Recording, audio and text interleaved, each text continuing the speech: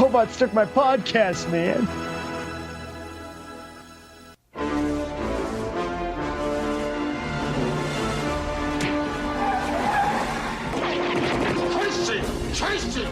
Tracy! It's like he's reading my mind. Extra! Tracy Battles bomb! I'm taking this bomb out of the headlines. I'm rubbing him out.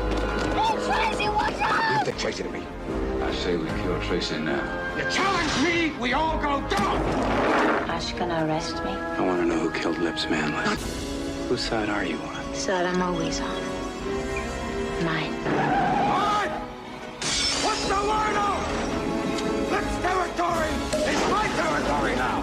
Everything he owns, I own. Move in and take your positions. Okay, boys, let's go. And you, guilty of attempting to bribe an officer of the law. She does some nifty undercover work. That Dick Tracy drives you crazy, doesn't he? All right, that's enough. I want Tracy dead! Tracy, let's go! Good luck.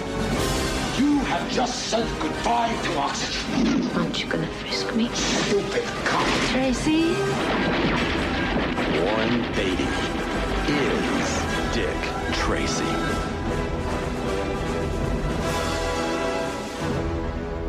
You'll never get us, copper. This is our podcast, see? Get Tracy! Get Dick Tracy! That was my bad Al Pacino. Anyway, okay, 3, 2, 1. Welcome to our podcast. The Robots Took My Podcast. I am Jordan. And I am Anthony. Anthony, what movie are we talking about today? You know, Jordan, normally we talk about movies that are maybe not so great.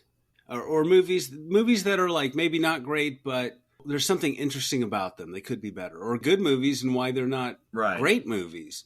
Yeah, but this time, we are actually talking about an Oscar-winning film, Dick Tracy from 1990.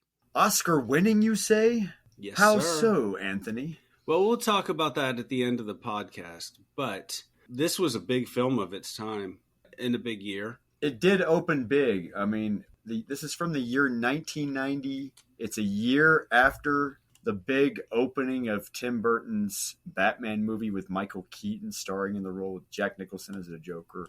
Big summer before that. And I mean, it kind of paved the way for this movie, right? But it's almost like 1990 was suddenly the year of the superhero coming into vogue slowly, but peaking at the same time, I think. Because you also had, in January, opening that year, you had Teenage Mutant Ninja Turtles, made by the Jim Henson Company. This is way before Michael Bay, kids. And then this is way before Marvel and DC even were, clinging heads at the box office. But DC kind of dominated, obviously. We even had a Captain America movie this year, folks. And we also had RoboCop 2, Sam Raimi's Darkman. These are comic book-like movies that paved the way for bigger movies later on. And then we even had an Archie movie people forgot about. Yeah, I forgot about that. Yeah, same here. And a couple of years earlier, we had Who Framed Roger Rabbit, which was sort of a noir, comic booky kind of movie. And it's funny that this is the same studio you bring up, Who Framed Roger Rabbit, and yet we did a podcast 2 podcasts ago that was also released by the same studio, Touchstone Films, Disney's PG-13 rated R arm, where they could do more stuff, they could get away with more stuff, and Dick Tracy was released in the under the Touchstone division, Buena Vista division, or Buena Vista division, however you pronounce it. Anyway. Yeah, and so this is a Warren Beatty starred and directed film. Yes, Warren Beatty. Yeah, and Warren Beatty, who is Warren Beatty, Jordan, for everyone who doesn't know? Big Warren time Beatty, actor. I'm sure nobody right now, no kids in the present time remember who when you Warren say Beatty kids, is. what do you mean? Do you think that there's like little children, Jordan, like 6-year-olds listening to this podcast? I don't know. Maybe they're 12. No, I don't know. Anyway, to the young children out there who are listening to the kids our out there podcast. under 25 who maybe not remember who Warren Beatty is. Warren Beatty was a big actor in the 1970s and late 60s, starting with Bonnie and Clyde, even before that with, I guess, what was it? Splinter in the Grass. He got in the business because of Natalie Wood and partly because of his sister, Shirley MacLaine. He's been friends with Jack Nicholson for years. I wouldn't say Warren Beatty is a dumb actor at all, actually. In fact, Jack Nicholson said if he wasn't an actor, he would have been in politics, probably, Warren Beatty, because people considered him charismatic. But he also had a reputation as being a womanizer. And on this movie, that actually did draw attention to him again. In fact, during the making of this movie, already he was drawing headlines for being flirty on set with Madonna. Actually, it was back and forth. Well, they were dating. They were dating. They were dating on this movie, basically. They had a whole fling on and after this movie for about a year or so after this movie, I think, even. But that actually drew headlines before the movie even, before it was even, there's a Dick Tracy movie being made. Yeah, he was way older than her, wasn't he? Wasn't he like 20 years older than her or something? Yeah, he was 52 when he made Dick Tracy. Fun fact. That is a fun fact about Warren Beatty as well that I have to bring up since we're talking about this. I kind of halfway admire this about him. Warren Beatty doesn't think that he's the age he is, clearly. I mean, he did this movie when he was 52, which I admire kind of, the fact that he had the chutzpah to think he was the guy for the role and to direct and star in it and produce it. And that's hard to do. I mean, that's the thing is Beatty isn't a stranger to directing. He directed Heaven Can Wait, a big movie that was well regarded, Reds before this, and then later on Bulworth. He's not a bad director. Is it fair to say, though, Beatty is not aware of his own age, which I kind of halfway like, kind of resent, but mostly I like, actually. At least that aspect. But he's a good-looking actor with a lot of Hollywood clout. So yeah, I mean, you can be young at heart, I guess. I say this too because of a side story that relates to this halfway. Paul Thomas Anderson Is it a quick side story? Quick side story. Paul Thomas Anderson wanted Warren Beatty for the Jack Horner role that Burt Reynolds ended up playing in Boogie Nights. Okay, and Beatty wanted to be in the movie, and they almost thought they had Beatty for the movie, but then there was a miscommunication going on. They realized Beatty thought he was getting the role of Dirk Diggler, the Mark Wahlberg role. Oh, that's really? the role he actually wanted to play the whole time. This deal was going on. He would have been 60. This is 1996-7 era Anthony at this point even. So he was 52 when he did the 1990 Dick Tracy. So yes, do the math. Yes. That's why I say Beatty must not be aware of his own age, which I kind of also admire at the same time. I think it's funny, but I admire it at the same time. Well, yeah, he does look a little old in this role. That's for sure. But he wanted to do this. I mean, I think Dick Tracy was his concept, right? He apparently wanted to do it in 1975, but couldn't get the rights or something. And then because Walter Hill later came into the project and wanted him, and I can only imagine if Walter Hill had directed what it would have been like. My God, that's another subject altogether. But 70s Dick Tracy, that would have been much. We're talking maybe early 80s here, I guess. Yeah, because I know UA wanted to do it, and they had Tom Mankiewicz of Superman fame writing the exactly, script. Yeah, and apparently Walter Hill wanted Warren Beatty by the time he came on after John Landis had been attached, apparently. Yeah, and between then it was like Paramount had it, and then it got Universal had it too. Yeah, yeah. Spielberg was attached, and Paramount was there. They wanted Clint Eastwood. I didn't know all that, and can you imagine Clint Eastwood playing Dick Tracy? That would have been. I wonder what that would have been like. Maybe that would have been interesting. It would have been. Yeah, it would have been a Clint Eastwood movie for sure. True. It would be less Dick Tracy, and then John Landis. But then we know what happened to John Landis. He had some career difficulties, so to speak. Yeah, it was after the Twilight Zone thing. Yeah, and then so finally it got to Disney. Beatty took it to Disney, and they picked up on it. But Beatty had a reputation for going over budget, a lot of shots, a lot of takes. But he had this reputation of being sort of this spending a lot of money.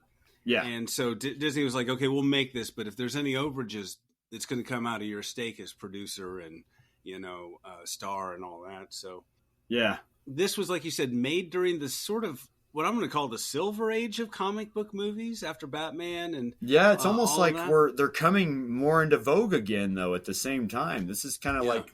And Disney wanted some of that fat Batman money, right? Oh, that's what they were thinking. So they see this cheap, probably a cheap property that Yeah. they're buying from this, newspaper group based on the comic, the long-running Dick Tracy comic by Chester Gould. And I mean, long-running, it's so strange to me that they would resurrect such an old property. Yeah, that's the thing I wanted to discuss more too at some point, maybe now or later. we can get into it. I think we need to get it's into how this. it even aged at this point in 1990. This property, and that is the seminal question that we will answer. Hopefully, does Dick Tracy hold up? Yeah, it was a big film in its time. But I just want to let's hop into it. But first, I want to say the screenplay was written by Jim Cash, Jack Epps. Yeah, Top Gun. Top Gun fame. And the unfunny comedy Legal Eagles, starring Robert Redford and Deborah Winger, directed by Ivan Reitman.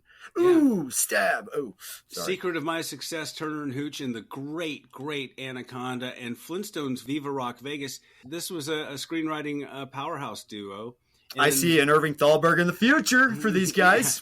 And of course, it's starring Warren Beatty as Dick Tracy, as we mentioned. Yes, and Warren Beatty's ego as well. Yeah, and his ego. But it begins, and there's some surprises. This is a fantastic cast, Jordan. And as we go through the story, we'll talk about it. Who's who.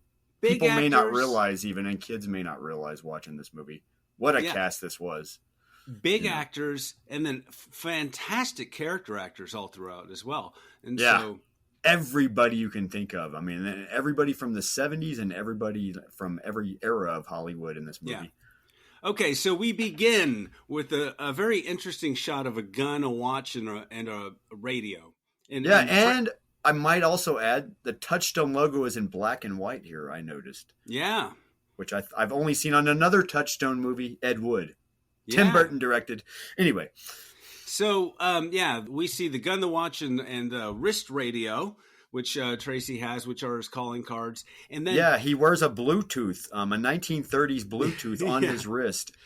He has an early Apple Watch. Literally, it's an early Apple Watch. It's really cool. Which people used to dream of owning, and now it's a reality. Yeah, it must have been science fiction in the 30s, And the 90s by that point even. And the 90s even, yeah. Batman Forever, they had one even. Yeah, but everyone else had maybe, a pager or something? I don't know what people had back then. Flip phones. Anyway, so right. The color palette is the first thing that strikes you. It's very comic booky. Yes. There's only 6 colors that they used. It was the primary colors that they're using or that newspapers used to print comics in, right? Yeah. And so it gives this movie this really saturated look, kind of like The Mask or something like that. Remember that Jim Carrey movie? It has a lot of looks like it has a lot of matte shots going on in this movie. And the weird thing is it doesn't seem like the producers, director, and company don't mind if it looks painted still. Because it looks like I think it's for effect. It's because the idea is that it's supposed to look like a comic book come to life, essentially. Yeah, the art direction is fantastic, really. Yeah, it's all hyper colors too of these of red, green, and and then of course the cinematography is all using these kind of gels, and then the art direction is reflected on this, where they're using all these backlot city sets and they're painting them in these interesting primary colors, like you say. Yeah, this movie is really like sort of in the spirit of a lot of 80s neo-noir movies, but a comic book version of that. And it's just it is interesting, the matte paintings and just a lot of the color. It's filmed all on sets, I believe. And backlots, and of course you have the Danny Elfman score to help just support the whole thing perfectly. Oh yeah. Hits you in the face from the very beginning, very Batman-esque.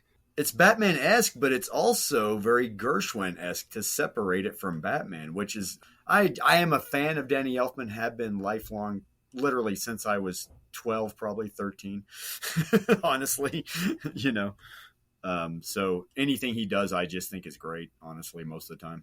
Yeah.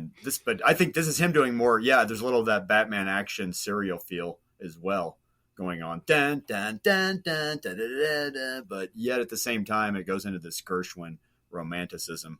Yeah. And while we're talking about music, this is not only do you have Danny Elfman doing a fantastic score, you have songs. You have original songs written for this movie by Stephen Sondheim. Yeah. Tony Award-winning songwriter, wrote the songs for like West Side Story, Sweeney Todd, Into the Woods. List goes on. So a lot of musical power here. With Madonna, no less, who was, laugh if you want, huge at the time still at this point. This is like the Blonde Ambition era Madonna. Look it up, kids. Blonde Ambition Madonna. She did things to herself on stage I can't talk about here. I'm doing Billy Crystal's old man voice. I'm sorry. This was Madonna at her peak for sure. Yeah. Well, I mean, anyway, yeah. Her peak. Oh, she was wearing rocket cone bras. That's right. Cue a laugh track there, Anthony. Yeah, we need one. Anyway. So we got to a kid who we'll see a lot in this movie, played by Charlie Korsmo.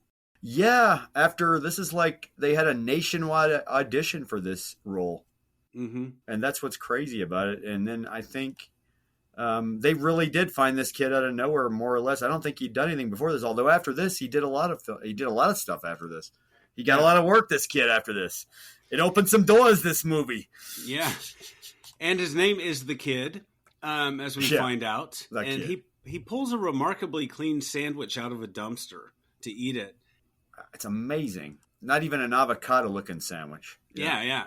Even has the crust cut off. And then some cops chase him off. He runs into this warehouse and he oversees and eavesdrops on these gangsters. And they're all. What do these gangsters look like, Jordan? What do the villains in this movie look like? Like they're covered in a lot of foam rubber and glue. Sorry. They look like there's a lot of makeup. Mutants. They're kind of scary. They're kind of surreal. They all have big hats, big shoulder pad suits, and New York accents, and they're all grotesque. They almost reminded me of Garbage Pail Kids for an obscure reference. I hate to say this because I'm a fan of makeup effects and makeup in general in movies, but man, it's a bit, and it's not the makeup guy's fault. I blame the direction for wanting so much of it because it's like, and then you have people looking human at the same time. So what the fuck's going on in this universe? Yeah, and it's even normal. Certain normal people will look kind of grotesque. Heightened, like Mandy Patinkin's character, is an example of that, where they kind of did something like shave his eyebrows or something to make him look even off somehow. Yeah. And I get the idea is to look like a living, breathing comic book. And this trend would kind of carry over later on in Batman Forever, which would be more successful later on, right down to the color scheme anyway, too. But the makeup is a bit much in this movie. I'm sorry, folks. Who did the makeup, Jordan, speaking of? Was it John Calgon? No. Oh, my God. You'd think I'd know this.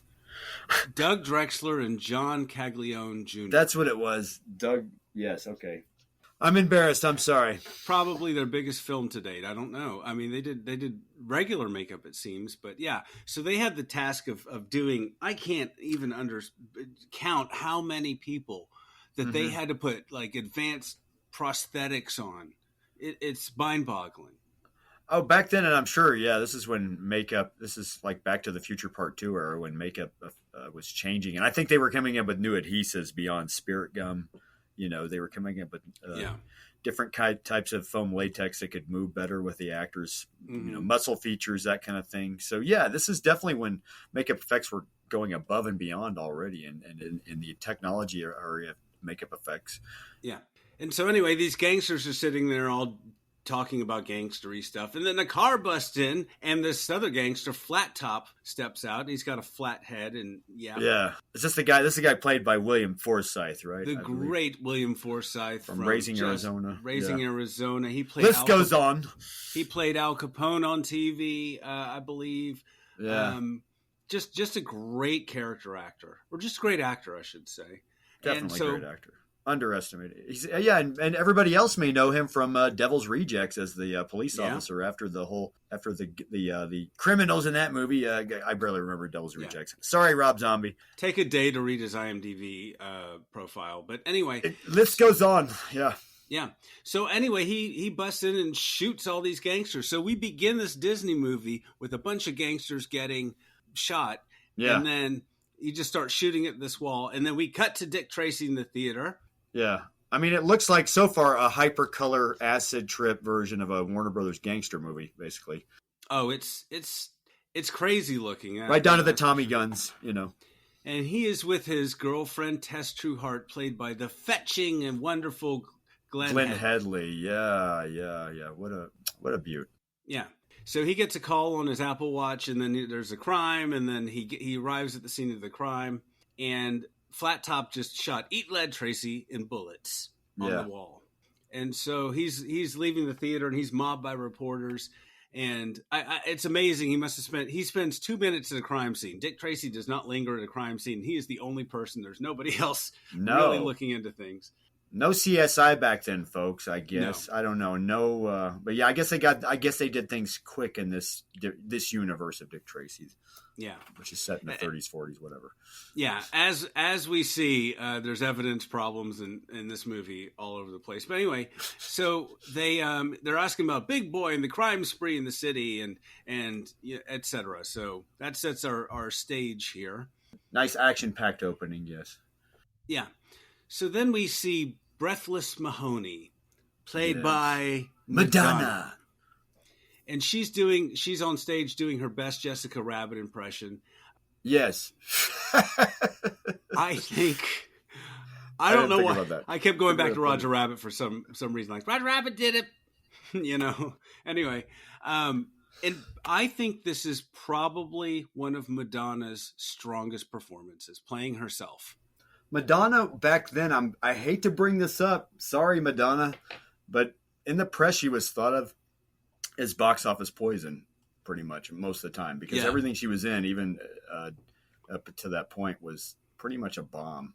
She did one with her husband even way before that, who she was married to at the time, a guy named Sean Penn. Also an actor, a very famous actor. Also an actor, yeah, you may have heard of him. He denies that they were married at this point. Yeah, but like everything, I think A League of Their Own was maybe the only big Madonna hit I can think of, and I might be wrong. That's what I was about to say. Is I think that's kind of where the tide started to turn for Madonna. As an actress, I think she grew, and then Evita later and everything. But she is good in this role. I will give her credit. I will give her props. She's perfect in this role. She looks like one of those dames out of a. This is supposed to be like a film noir gangster movie, like I said earlier, right? Yeah. Almost. I mean, that's what else do they have to base it on other than that? An old Warner Brothers gangster movie. So she sings a lot of great songs in this movie, and the piano player in the club, it's the Club Ritz, is Mandy Patinkin. Yes, from I don't know if people nowadays will know who he is. He's been in a lot of TV, I can't remember what he's been in lately, but he's. Oh yes, people might know him from what, CSI Las Vegas? No, one of the CSI, maybe, I don't know. He's just everywhere. Ooh. He's just everywhere. We could have a whole hour talking about his interesting career. Star of stage and screen, Princess Bride. Alienation, that's one of them. Yeah, Princess Bride is probably the thing he was most known for. Oh, that's right. Ennio Montorio. I forget his name. I can't say it. And being a huge diva on set, allegedly. Anyway. Oh, yeah. So anyway. Too soon. Paul Sorvino is Lips Manis, who's the club owner, also a gangster with some horrible lips. It's really grotesque. Some big prosthetic lips once again. You don't wonder how he got that name when you look at him, I guess, sadly. So some guy tells him, everybody looks like they were in some horrible industrial accident, all these gangsters. It's it's horrible. Yeah, but like Tex Avery accident, or a Warner Brothers cartoon accident. When a truck runs over you and you turn into you flatten like a tube of toothpaste kind of thing. Yeah. That kind of is dynamic is what we're talking about, folks, if you want to visualize what we're talking about. Yeah. So some guy tells him that all the gangsters were killed, and then he's got his arms around, I guess he's dating Breathless, which is gross. Anyway. So, and then these cops come in, they arrest Lips, but they're not the real cops, Jordan. It's Flat Top and his gang. And then they kidnap Lips and Breathless. Yeah. But you forgot to mention about how Lips was sucking down oysters, like, just religiously. I wanted that to point. forget that, honestly. Thank you Right for before all that. And it almost looks reminding like Sorvino's actually doing it for real almost. It looks pretty miraculous. he's sucking down. There's a lot of eating in this movie, and he's sucking down some real oysters. I believe it. It looks like real oysters, yeah, honestly. It looks like he's really eating them, too, or really sucking them down, yeah, honestly. Yeah. You So know, Tess, with the prosthetics on even, which is pretty admirable. yeah. So then Tess, we cut to Tess and Tracy, and Tess wants Tracy to leave his job or leave the role of that he's as whatever his master detective here, Yes. and take a desk job because he keeps leaving the opera. He keeps leaving her. All he does is leave her in this movie. He gets a call on his watch and then he leaves her. Right? Oh, and by the way, I'm going to throw in here, fun fact, Glenn Headley really actually was from England. Oh, yeah? That's just a great kind of Yankee accent she's doing there, and New England accent she's doing there. Everyone has this really affected, like, old-timey mid-Atlantic, like, Right. Hey there, Tracy. This whole movie, it's like, you're married to your job, Tracy. And she's pretty good. That's a perfect way to put it, mid-Atlantic, from that era of 30s, 40s, the era of this movie that was, conceived, the comic book was conceived.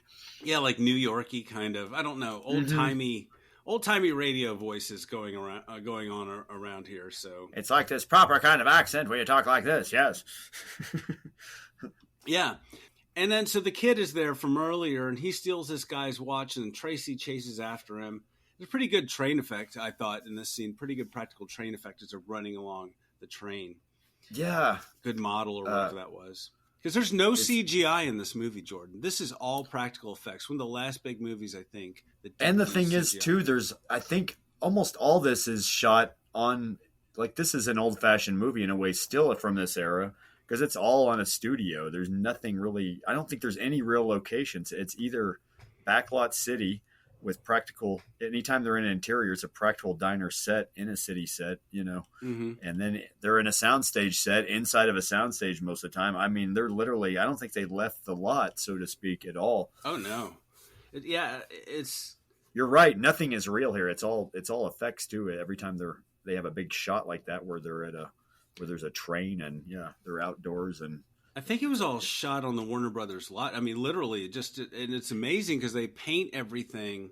Yeah, some of it's on the colors. Warner Brothers New York Street, and I think some of it's on the Universal New York Street, which are both, mostly facade but with a few. They have a few practical. They have half a set that has electricity inside, so they can actually, Yeah. Anyway, so the kid he steals the watch and he goes to the shack, and there's this grotesque, ugly-looking man. And then this man punches the fucking kid. He's slapping this kid around. Like, is this a family movie? What's going on here? There's a lot of cruel slapping coming up in this movie, too, that you kind of might watch nowadays and be like, that looked too real, Is this what kids want to see? Do they want to see other little kids getting smacked around by scary old men? I know. And you talk about makeup. I mean, this guy's head is the size of a melon, and he's scary looking, and he gives me he nightmares. is so scary looking. Yeah. And he didn't leave the kid any chicken. My God, what a cruel bad. He didn't leave him any food at all. He just you got to watch that. So Tracy busts in, and he's like, "Is this your old man?" And then just punches him, and or the kid's like, "Go suck an egg," which is. Then we get an abrupt cut. And there are a lot of abrupt cuts in this film, Jordan. There's a lot of not choppy, but quick editing between scenes. Yeah. Yeah, I wondered that too. Like, there seems like there's some holes somewhere here, Anthony. Or, I don't know. Can you say plot hole? I think there's a few plot holes to go around. It gives me the sense that maybe they shot enough movie for like 2 hours. But then the studio had him cut it down. You know what I mean? That's what it feels like to me. There's a lot of movie left on the cutting room floor, and a lot of that is the breathing room before and after scenes. Yeah, I could see that. I could see that being a case because Beatty directed it, and Beatty would tend to shoot a lot of footage, extra stuff. So there might have been, who knows, if Beatty shot it and he was thinking like he was on Reds here, or some other movie he was involved with where his ego is all over it as well, like, or Heaven Can Wait even, you know, He might have shot. Yeah, he might have shot up like for 2 movies. Honestly, who knows? I didn't ever think about that. Yeah, it just feels so jarring at times. But anyway, yeah, you're right. I mean, there's not much known on this movie as far as all that goes, but it really does. You're right. Look like there's probably a lot left that we don't know about with this movie. Yeah, like he gave the studio 2 hours and 15 minutes, and they're like, "Nah, this is gonna be a 90-minute movie." Maybe it was. Maybe it was a 3-hour movie he handed in. And they went, no, you need to tighten this thing up. I mean, really tighten it up. This is for families. This is for kids, Yeah. We got to think Batman. We got to think Star Wars. We need this baby moving. We need this guy, quick.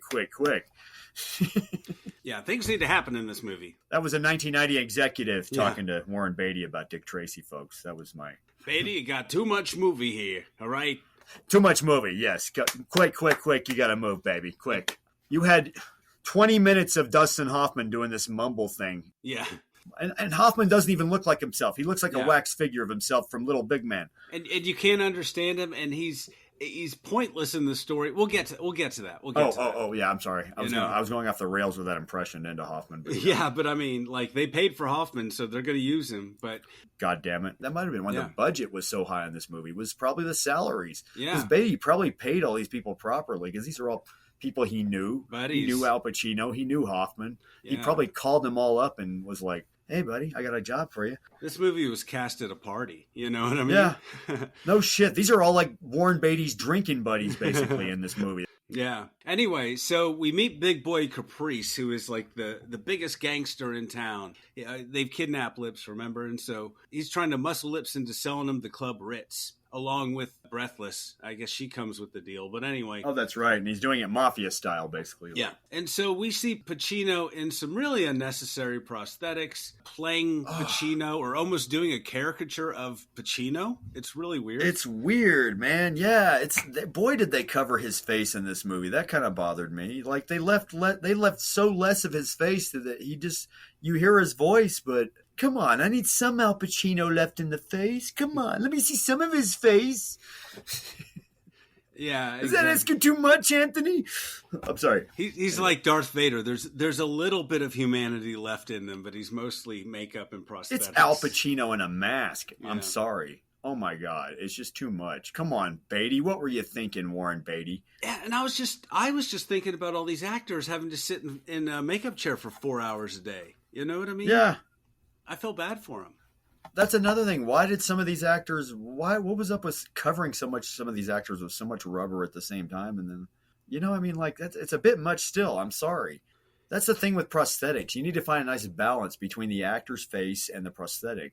Yeah. So anyway, we get a whole scene where the kid, Charlie Korsmo's character, is talking to Tracy and Tess, and they're like, "Who takes care of you?" And he's like, "Who takes care of you?" He's got a little smart mouth on him, which I like. And then Big Boy gets Lips to sign over the club, and then buries him in concrete or pours concrete on him in a big box. In a big box.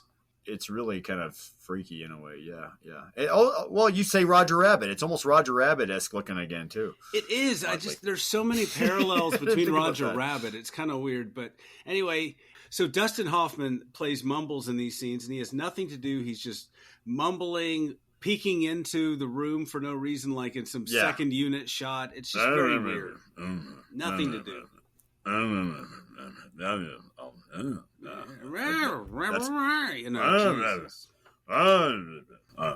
Dustin Hoffman. Anyway, cut a little bit more, Dustin. Sorry. I mean, how much money did he get paid for that?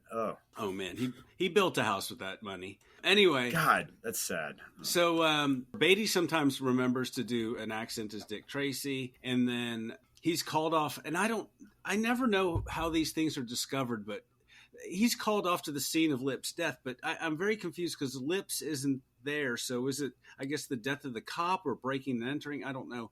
But he found out through his Bluetooth. I thought his Bluetooth watch, right? He found out through the guys calling him through there. I mean, maybe that's what it was. Yeah, so he's looking for Lips here. Everyone's looking for Lips looking now. for Lips.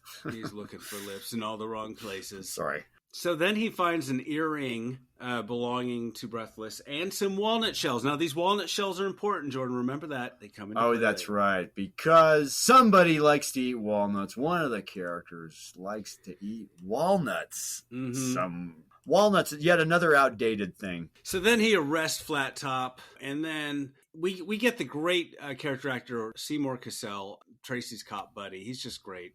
And then every performance, the late Seymour Cassell. Seymour Cassell, yeah, from the John Cassavetes stock company, Seymour Cassell, great actor. Killing of a Chinese Bookie, Rushmore. Yeah, he did a bunch of work. This goes on. Yeah, No. Wes Anderson later. Anyway, And he doesn't need any prosthetics. That's what a badass Seymour Cassell is. He doesn't need prosthetics, folks. acting. Yes. That places him above the other actors in this movie. That's right. I said it. Yeah, and then so they start badgering witnesses, including Flat Top, and then they're interrogating Mumbles multiple times in this movie. Yeah. And he finally tells them Big Boy's name. And then later we see a scene of Breathless at the club practicing. This is a really uncomfortable scene for me. This is like something out of Dog Day Afternoon. I know what you're talking about. This scene, yes. We're like, suddenly Pacino's he's like directing her. He's choreographing her like he's Bob Fosse now all of a sudden. I'm sorry I'm using really obscure references for some people, but damn, man. Like, but it's cruel. Like, it's cruel and it's uncomfortable. It's almost like Pacino got into it too much. And yeah. He's berating her. He's physically abusing her. He's slapping her in the face. It's an ugly... No. 2, 3, 4.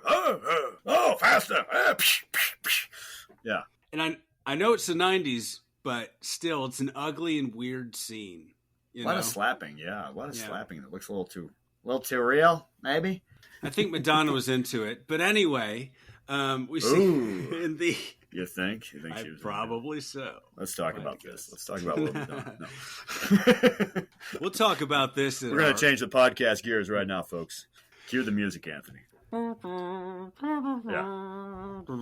Tonight, the robots took my podcast, After Dark. We'll talk about Madonna's sex book from 1990. We'll discuss that old movie with Marilyn Chambers from 1974 called Behind the Green Door. And we'll discuss that porn movie Stallone did before Rocky. All right. But that's a weird scene. And then what's even weirder is there's this water, what do you call them? Like a water jug thing. And it has a faucet. It's in the shape of a bear, and it has a faucet where the dick should be.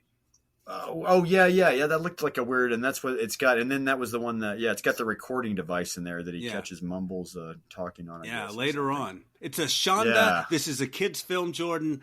I don't like it. But that looks a little I agree. That prop looked a little too Clockwork Orange for this movie. It was very PG-13 touchstone Disney film. Yes, it doesn't bother me. It's just weird, like everything in this movie. Anyway. So I was waiting for Beatty. I was just waiting for him to like reach his hand over and just open and just turn that faucet, though, kind of oddly. He did. I mean, he drinks out of it. Yeah. Oh, that's right. I can't unsee that either. Anyway, so then they arrest Big Boy for Lips' disappearance because they found walnuts in the warehouse earlier. Yeah. Walnuts. Who even knows what a walnut is in 1990? Yeah, here's the thing, Jordan. They find fucking walnuts. Here's the evidence. They find fucking walnuts. They know a guy likes walnuts. That's never going to hold up in court. No. You know? Lame evidence, and lame for him to think that's actually. And what are they going to do? A DNA test here? I don't. Like he's the only person in this city who likes walnuts. Anyway. I mean, imagine if the OJ crime scene tried to use walnuts as evidence. Oh my God, that would have made it even worse. Jeez, we found walnuts next to the bloody glove, Your Honor. Yeah. So what does that have to do with anything? Except if it was OJ, he'd be eating walnuts in court, and then be like, "OJ, can you keep it down? I'm just eating some walnuts. I love these things." It's tenuous evidence at best, and like I said, it would never hold up in court. Anyway, no, why? It's like food evidence. It's like even on top of that, it's just you're right. It's the lamest fucking evidence. Good God, too bad this movie didn't have a MacGuffin.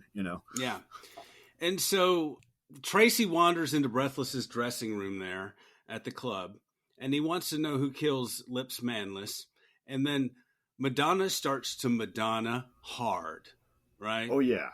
It's like turning all Justify My Love here. And are you talking about, you're talking about the sheer outfit in this scene? Yeah. She's like hitting on him. Yeah. So Tracy says, I'm going to take you back to the station, make you sweat it out under the lights. And she's like, I sweat better in the dark.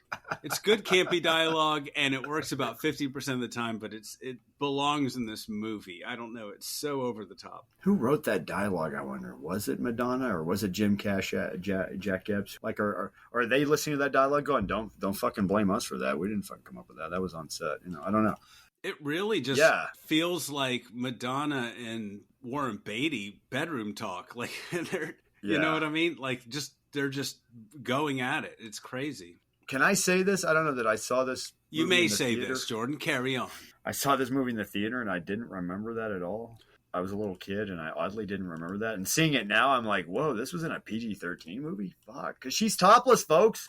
No, she's not. Yeah, she is. She's topless under that sheer. At least I could see it. I had the. You see her nipples. Yeah, you see her nipples. Yeah, in a PG-13 movie. But this is back when I guess PG-13 went further. 1990. It bordered on R. We're already slapping women and killing cops. I mean, why not? We don't even see blood though. Hardly. That's the odd thing. We're beating up little kids. Let's see a little nipple slip, a little nip slip. Why not? I'm not complaining. Anyway, so they share that flirty dialogue, and it's like, I know how you feel. You don't know if you want to hug me or hit me or kiss me. Yeah. This is where they really put the emphasis on the dick part of the Tracy. Dick Tracy. Oh, yeah. Get it? This scene almost comes off like a softcore porn. No joke. Let the dad jokes fly, Jordan. Let's do it. Let's let it all out. Let all the dad jokes out. No, I'm kidding. This does come off like a softcore porn, in my opinion, though. Almost like pre-bedroom talk already. I mean, yeah, you see her nipple. I mean, my God, it's like you're waiting for the, this is just the foreplay already, But of course, because of the editing, we're going to be cutting past this soon, really quickly. We're going to be out of this scene in no time. We cut, abruptly. We cut the dirty 30 minutes out. The dirty 30 was cut out of this movie. Yeah, who knows? Oh my God, what was on the cutting room floor? Would have been an R then? What was on the cutting room floor is like... What was on the cutting room floor of Dick Tracy? Is a Madonna Warren Beatty sex tape, basically. Yeah, was it? I mean... Yeah. So anyways, I just want to say one thing about Beatty's performance here. I don't think he really portrays Tracy as being anything other than some gruff guy, some gruff, hard-nosed, square-jawed detective. He's more of a stereotype. He's more just like Warren Beatty walking through this movie. Not that he's not acting, but I don't know. He doesn't have much personality. Or is there also just not enough to do with the character?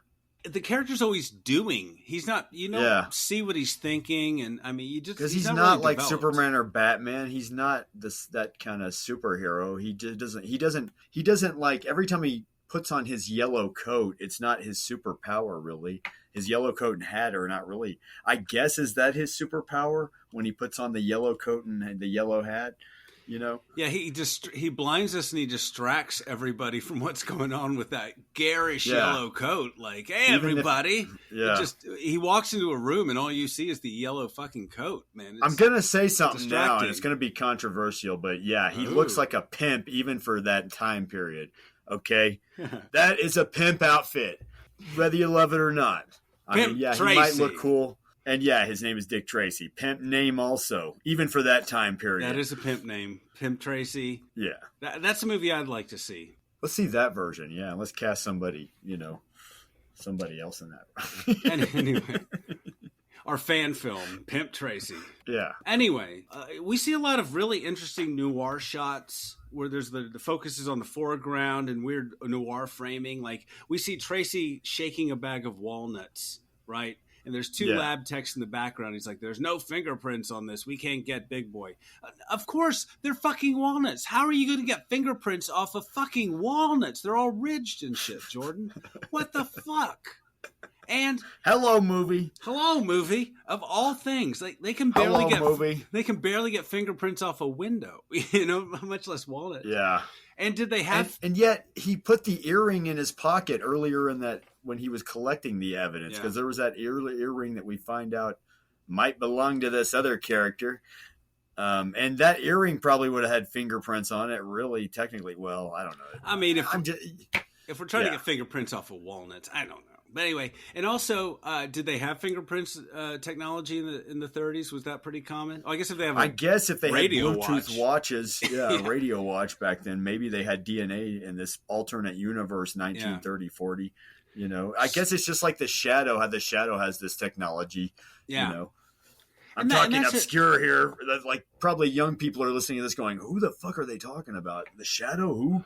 But that is interesting because this almost fits into. They made a movie, The Shadow, with Alec Baldwin in the '90s, late '90s. Yeah, only about a few years later, 1994, later, it comes out actually. And also The Phantom with Billy Zane. And I think, which are all these are all the same time period. All three of these movies, technically. These old, like 30s, 40s, like comic heroes or radio show heroes, really largely forgotten, even by then. And they sadly, were forgotten at the box office. I think Dick Tracy opened the door for some of that. I think that those were in response to Dick Tracy. But anyway, back to the walnuts, Jordan. But if only Batman had not come out earlier. Anyway, But back to the walnuts. Well, I guess if they have the Apple Watch, that also explains why they have a clear plastic sandwich bag in the 30s, Jordan. Yeah. I mean, nowadays you could use the saliva from a walnut for DNA evidence. You know. Yeah, but back then, I just don't think they had, like... Maybe. Plastic bags like that. This is the 30s, man. You know? Yeah. Anyway, so Big Boy is released. They kept them in steel boxes back then. Yeah.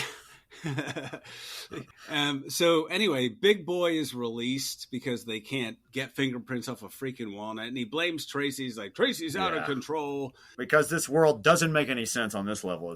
And one of the reporters is the guy, speaking of Roger Rabbit, is the guy who did Roger Rabbit's voice. That's right. It's Charles Fleischer. Exactamundo. Also from Nightmare on Elm Street, the doctor in Nightmare on Elm Street when Nancy's going into that sedation. Anyway. Yeah, list goes on. List goes on. So the district attorney, who is played wonderfully by Dick Van Dyke in makeup, I know, unrecognizable. Dick Van Dyke. Oh my God, yeah. And they made him unrecognizable. Why would they do that? This movie? I'm just saying. I'm sorry. I don't mean to sound like Jon Stewart here. Jesus Christ. Dick Van Dyke from the 60s had a bunch of TV shows. The Dick Van Dyke Show. He was on Diagnosis Murder, which is an old people show from the 90s. He was in Mary Poppins. He did the worst accent ever in Mary Poppins. Fun fact, Dick Van Dyke likes to have a cool haunted house theme outside of his house every year for the kids. And he always has candy on top of that. Yeah, and then he has like a Frankenstein monster tripping over an ottoman. I think it's kind of sweet. It's kind of sweet, Anthony. Thank you for trampling on my dreams here. I'm sorry, man. I need to go off in the corner and cry. Okay, I'm sorry. Back to the movie. Speaking on trampling of dreams, back to the movie. Yeah. Trampling of dreams. Yes, exactly. Back to Dick Tracy. So anyway, we see a bunch of stuff where Dick and my Tracy. Tracy, or Dick and the kid are bonding, and Tracy and Tess are taking the kid out for a montage. A day on that's the town. Right, a montage. I like how you said that. And so, dude, he says, "When do we eat?" Because he's a homeless kid, right? And he says that 100 times. They run that joke into the ground. It's almost like they use the same recording of his dialogue too. Yeah, like, when do we eat? When do we eat? But fun fact though, apparently Charlie Korsmo hated shooting this scene because as a kid that little he did not like to eat a lot. He wasn't a big eater.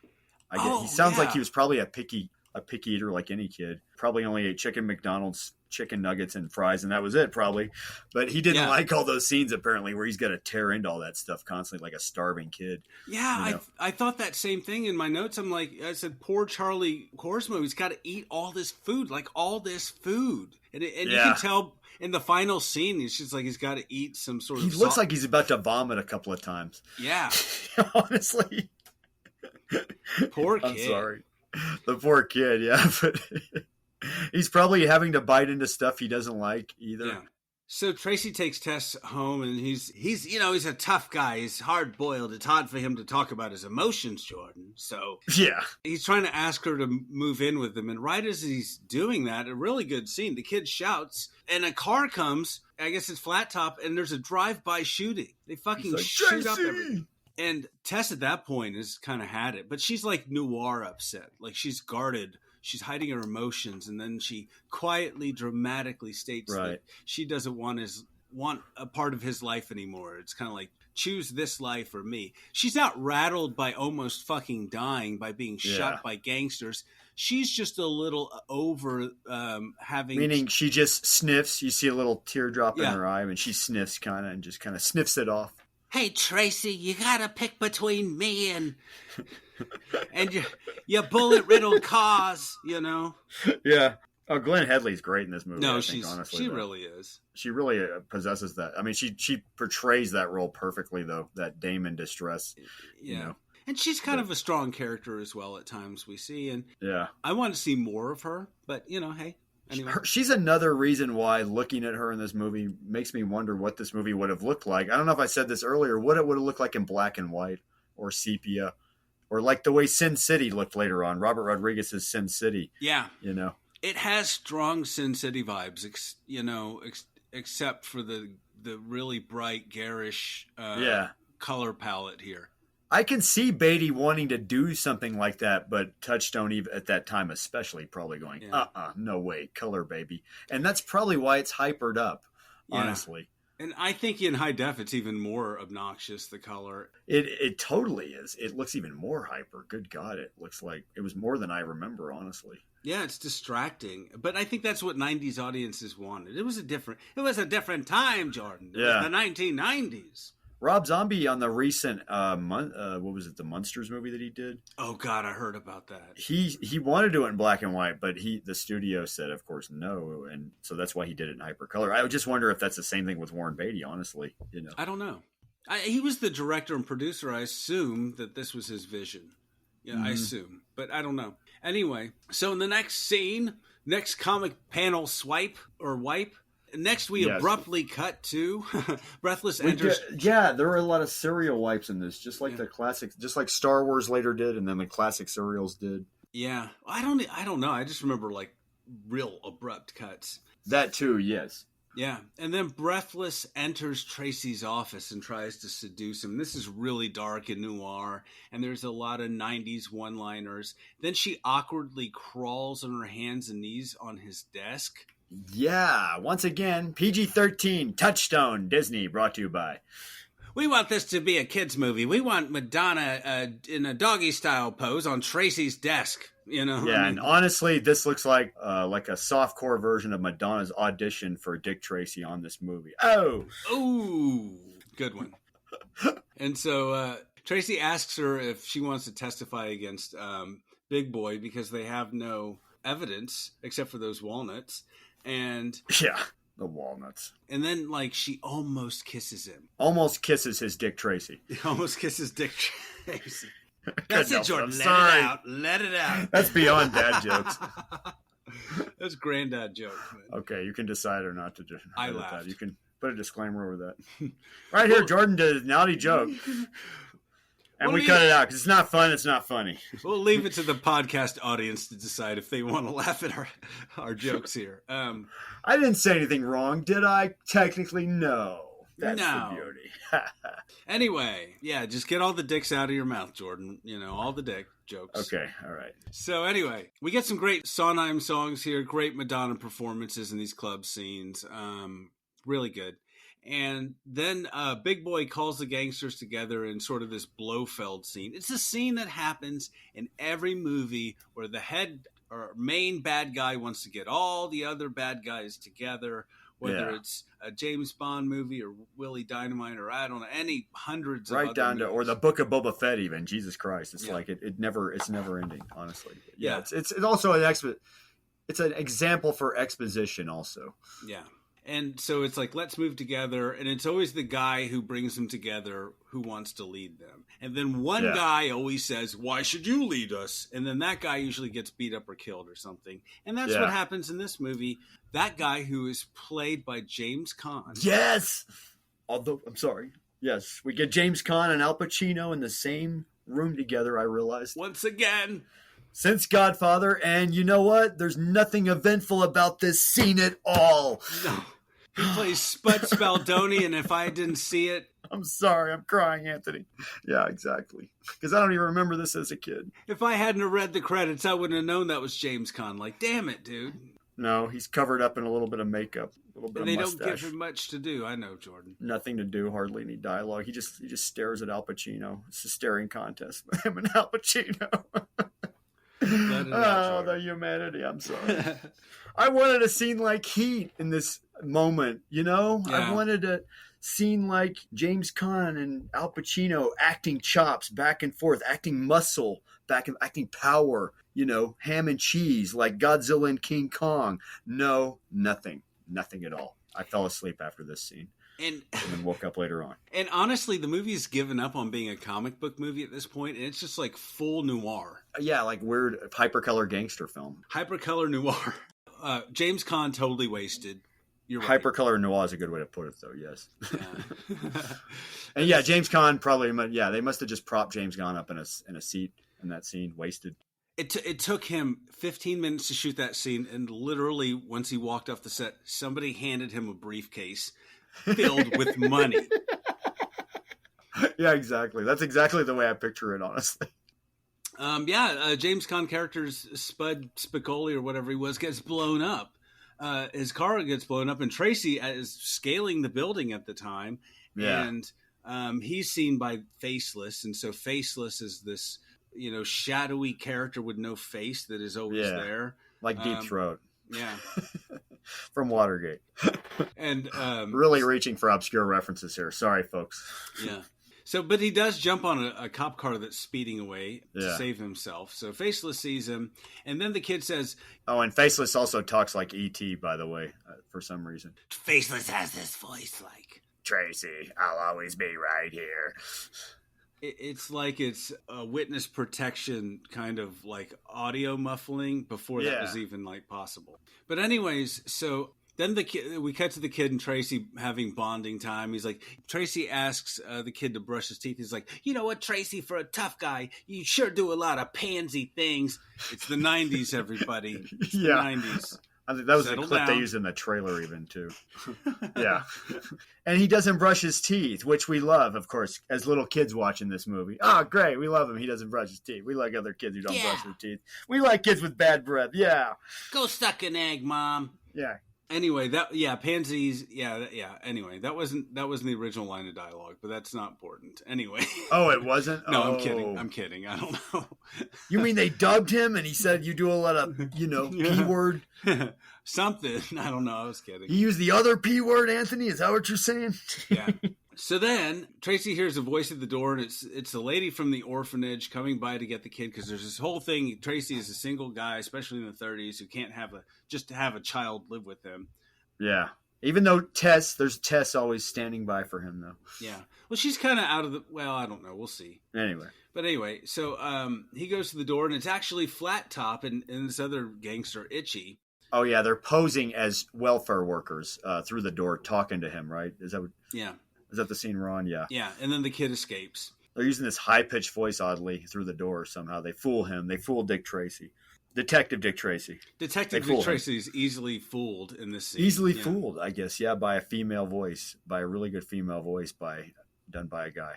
He's a sucker for the dames, even though he's in a long-term relationship with a woman he can't commit to. And that's his weakness, thinking he can just talk a woman down, maybe. Maybe that's his weakness. Maybe that's his kryptonite. Yeah. Underestimating the woman is his kryptonite. Relationship advice for people in movies. Dick Tracy. Dick Tracy, where do we begin? Dick Tracy, here's your mistake. You think you know everything about women, and you don't. That's your problem. You think you can predict them, and you think you can talk them, mansplain them everything, but you can't, man. Fucking forget it. Clearly you're not married, and clearly you don't understand this shit. And Tracy, a relationship takes time. You have to give as much as you want to receive. Yeah, another thing. Yeah, exactly. If you want to, you clearly like being single, Mr. Dick Tracy. Yeah, you have to decide whether you want to be single or whether you want to be in a relationship full-time with somebody. I'm sorry, you can't be running away every time there's a bank robbery or something, Yeah. Tracy. Come on, put your relationship first. If people got to die, people got to die. You know, But clearly, it's just another lonely night for another lonely Dick Tracy. That came out wrong. No, maybe not. I don't know. Tracy just at home by himself. Just another dick alone without a lady. Still a Dick tracing alone in the dark, blind to all the love. So Tracy, just figure it out. What do you want? Figure it out. Sorry, yes. Romantic 101 for Dick Tracy once more, yes. And it's so annoying. He has all these chicks in his life, like all these women throwing themselves at him. But anyways. So, do you feel threatened by that, Anthony? Let's talk, Anthony. Wait a minute. Let's talk about this, Anthony. Off to the side. You know what, Anthony? We never talk about us. Let's talk about you, Anthony. How do you feel threatened by this, Anthony, psychologically speaking? it's just Warren Beatty and Dick Tracy. It's like Warren Beatty could be covered in horse crap and still get laid, Jordan. It's just not fair. It's not fair. I know it's not fair. I know it's not fair that he still looks good at 52 in this role and doesn't think about his age at all. He's completely blind to his own age, his own body, his own reasoning, his own features. He's banging Madonna. It's not fair, Jordan. She's way younger than him.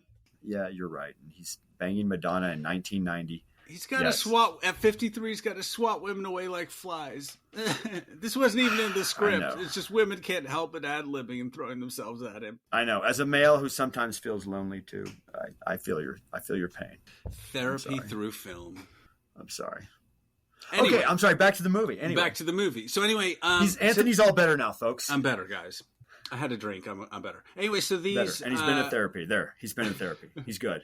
All these comic villains, they seem dated. There's so many of them. Like, yeah, there's too many. I can't keep track. You know, yeah. Why go to all this trouble? Like, you can leave some villains out. They wanted to have like all the villains who've ever appeared in like a Dick Tracy comic. I heard that all these actors, they all like sent Warren Beatty letters back then. Well, they couldn't do email, folks, mostly, but they sent letters back then wanting their parts all to be bigger in the movies. No, I just made that up. But it sounds likely, honestly. Oh, I'm sure Dustin Hoffman wasn't happy till he got his briefcase full of money. I'm just thinking, these are all big egos in this movie, including Hoffman, including Khan, including Pacino. Pacino obviously is the one playing the main villain here, you know, clearly. A lot of swinging Dick Tracy's in this movie. Hoffman clearly gets more screen time than everybody else, clearly, as being a friend to Warren Beatty.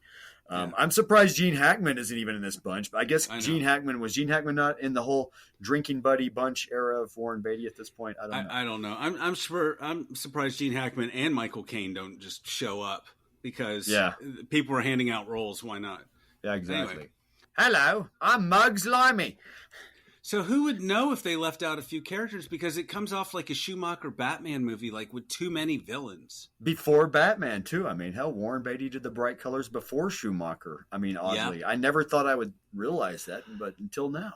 My God. I do think this movie was influential. Maybe we'll talk about that a little later, but... I think it kind of did a little bit. I'll give it credit there. I think it kind of influenced The Shadow and Batman Forever and Robin, you know, because, I did bright colors before anybody, you know. And Sin City, kind of, you know, in sort of the shots. Possibly. Maybe a little bit. I don't know. Anyway. I can't believe though Vittorio Storaro shot this movie, though. Bless you. Can you believe that? I mean, this is the guy that shot Apocalypse Now shot this movie. Vittorio Storaro. Let me say it properly. Sorry. It's not bad. I think the cinematography is pretty good.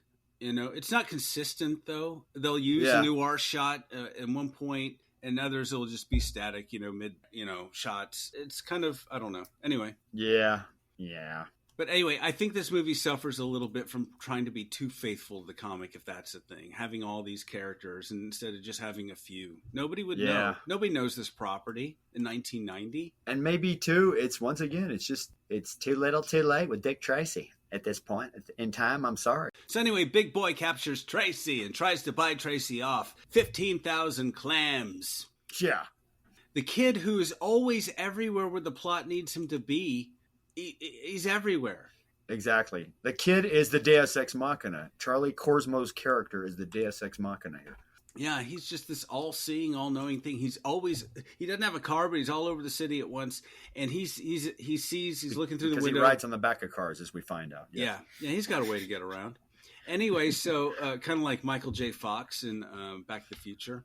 Yeah, in Without fact, a we have a whole skateboard. montage where we see how the kid gets around with the Beach Boys song, "Round, round, get around, I get around," no.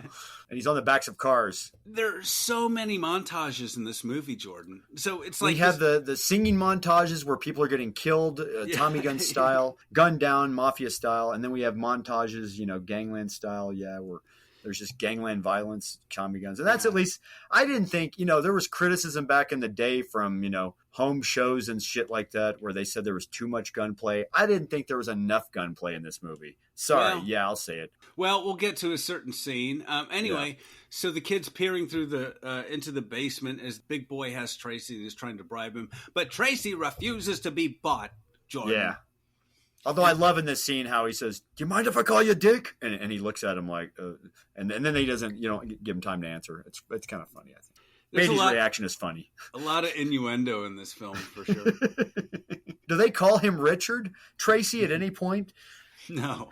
Detective Richard Tracy? They call him Tracy, I think, to avoid calling him Dick, because even Oh, that's right. They just call him by his last. They just call him by his last name. Sorry. yeah, because you can't have like Dick coming out of Tess's mouth every 5 minutes, like, "Hey, Dick," Is that because you couldn't say Dick in a PG-13 movie and a Touchstone Disney movie back Maybe. then? Is that why you could only say Tracy, right? But you couldn't say Dick and Tracy. You just couldn't say Dick by itself, right? Yeah. Want me to hold that, Dick? Put that right here, Dick. I mean, you can't have that. Not a kid's movie. Anyway, Trying to make up for the jokes I didn't make on the Harley Davidson and the Marlboro Man podcast about Don Johnson's name, Johnson. Haha. Yeah, anyway. people want Dick jokes and we let them down, so we're trying. So we're Anyway. trying to make up for all the dick jokes we didn't make on that podcast, I guess. People wanted dick jokes, I guess. That was a complaint I got from one listener. The one listener we had actually on that show, Anyway, sadly. so, yeah, we're trying to keep the dick joke up. Dick jokes Okay, up. anyway, back to this movie. Back Dick to this movie. Tracy. I can't say that seriously. I'm sorry. So Tracy refuses to be bought, and then Big Boy ties him to a chair, and they leave him in a boiler room about to explode. That's right, Anthony. Dick don't want to be bought. No, you can't buy this dick. No. No. Anyway, so with the boiler that's about to explode, and they're like, "We want to make it look like an accident." He's tied to a freaking chair with ropes. That's right. Dick is tied to the chair in ropes, and damn. He accidentally tied himself to a chair with ropes in a strange basement? I mean, Yeah. How is this supposed to look like an accident? Yeah. Because, I've done that to myself before, accidentally tied myself up in the basement with ropes, just playing around with ropes, and then I was like calling my wife going, Yeah. honey, I don't know how this happened, but Well, I mean, I hogtied myself here. Can you help me? How did I get this? It was weird, Anthony. I was on a lot of drugs. It was weird how I did that. But yeah, you can tie yourself up like that, Anthony. Come on. You believe in that, don't you? now we see what your wife has to deal with. But I mean, Yeah. David Carradine, It's too sad. soon? I don't know. Stuff can happen. Ooh. Too soon? Ooh. Anyway, We just lost a listener. unsubscribe. Your David Carradine comment offended me so that I am unsubscribing.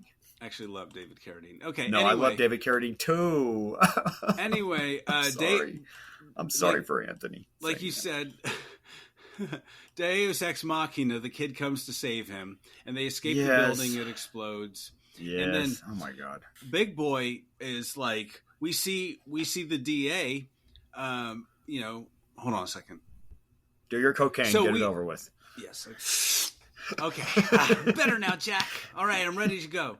Anyway, so District Attorney John Fletcher, Yeah. Played by Dick Van Dyke once played by again, Dick Van Dyke. We find out he's on the take. He's on Big Boy's payroll, and Disappointing. disappointing. So sad. Yes. That's another Dick in this movie, Dick Tracy and a Dick Van Dyke, and he is a Dick, really. Is he really? Oh. He's on the take, Oh, yeah. And Okay. then- Dick Van Dyke playing the Dick in the movie. Yeah. No. Oh, Dick Van Dyke in real life is a sweet man. He's a sweet Dick, that guy. Of course. Yes. Anyway, so Big Boy is like telling the DA to take Tracy out.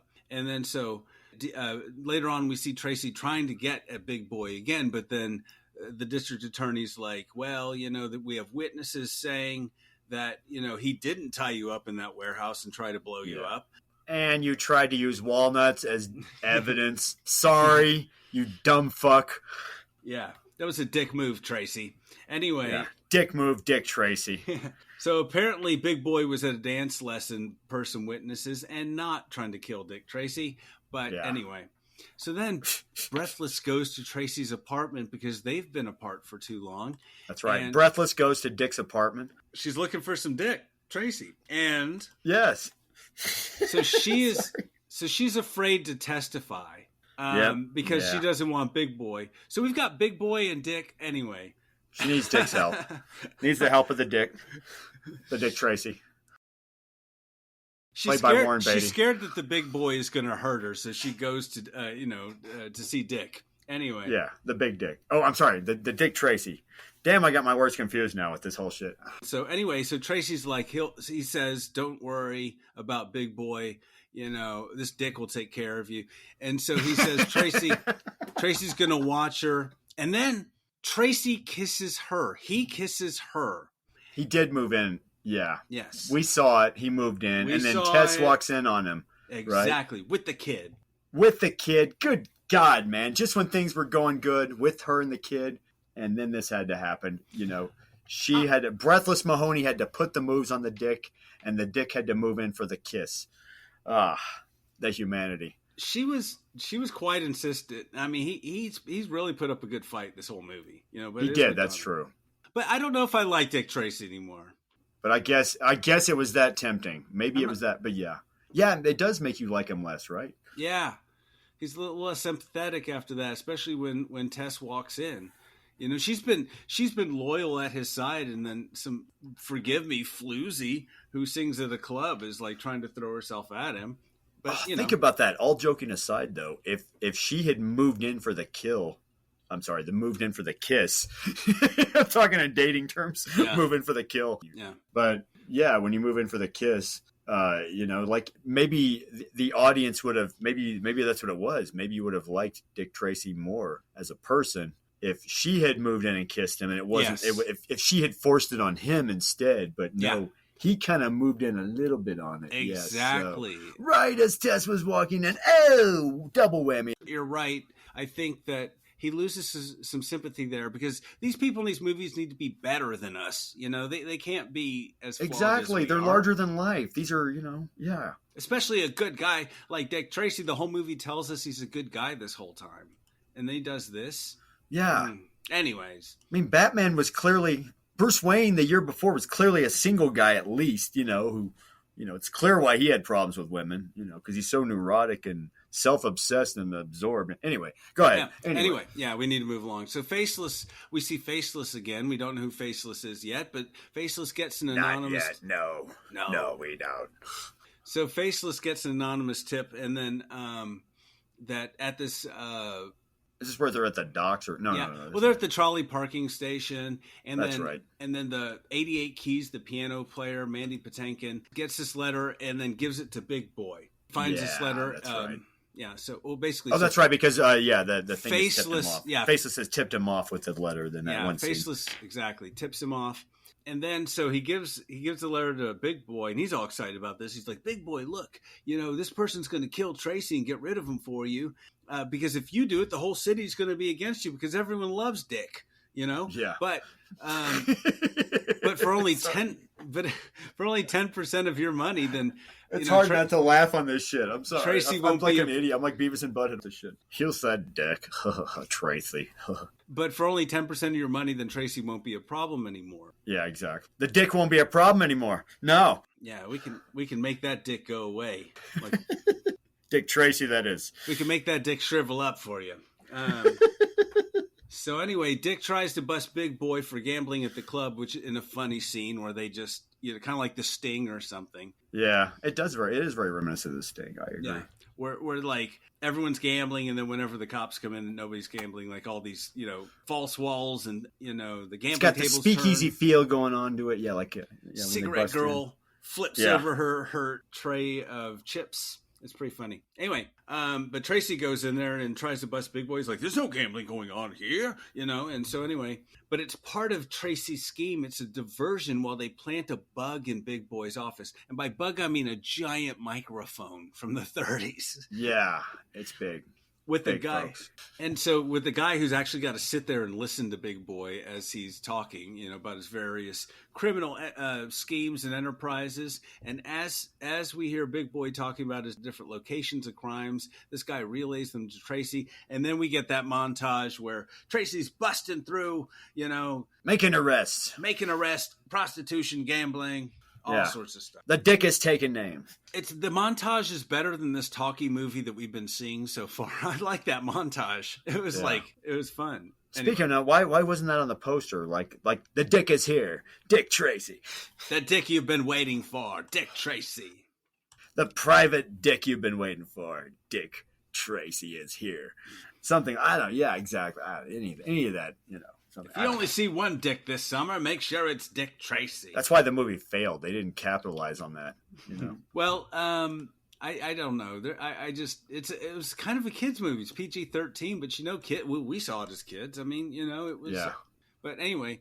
Oh, I forgot about that. I forgot also. Is Al Pacino in this movie still? Al Pacino is doing a bad Al Pacino impression, but yes, he's still in this movie. And so Big Boy discovers the bug, the microphone. He gives Tracy a fake lead, and then it's a double cross on the double cross. There's so many.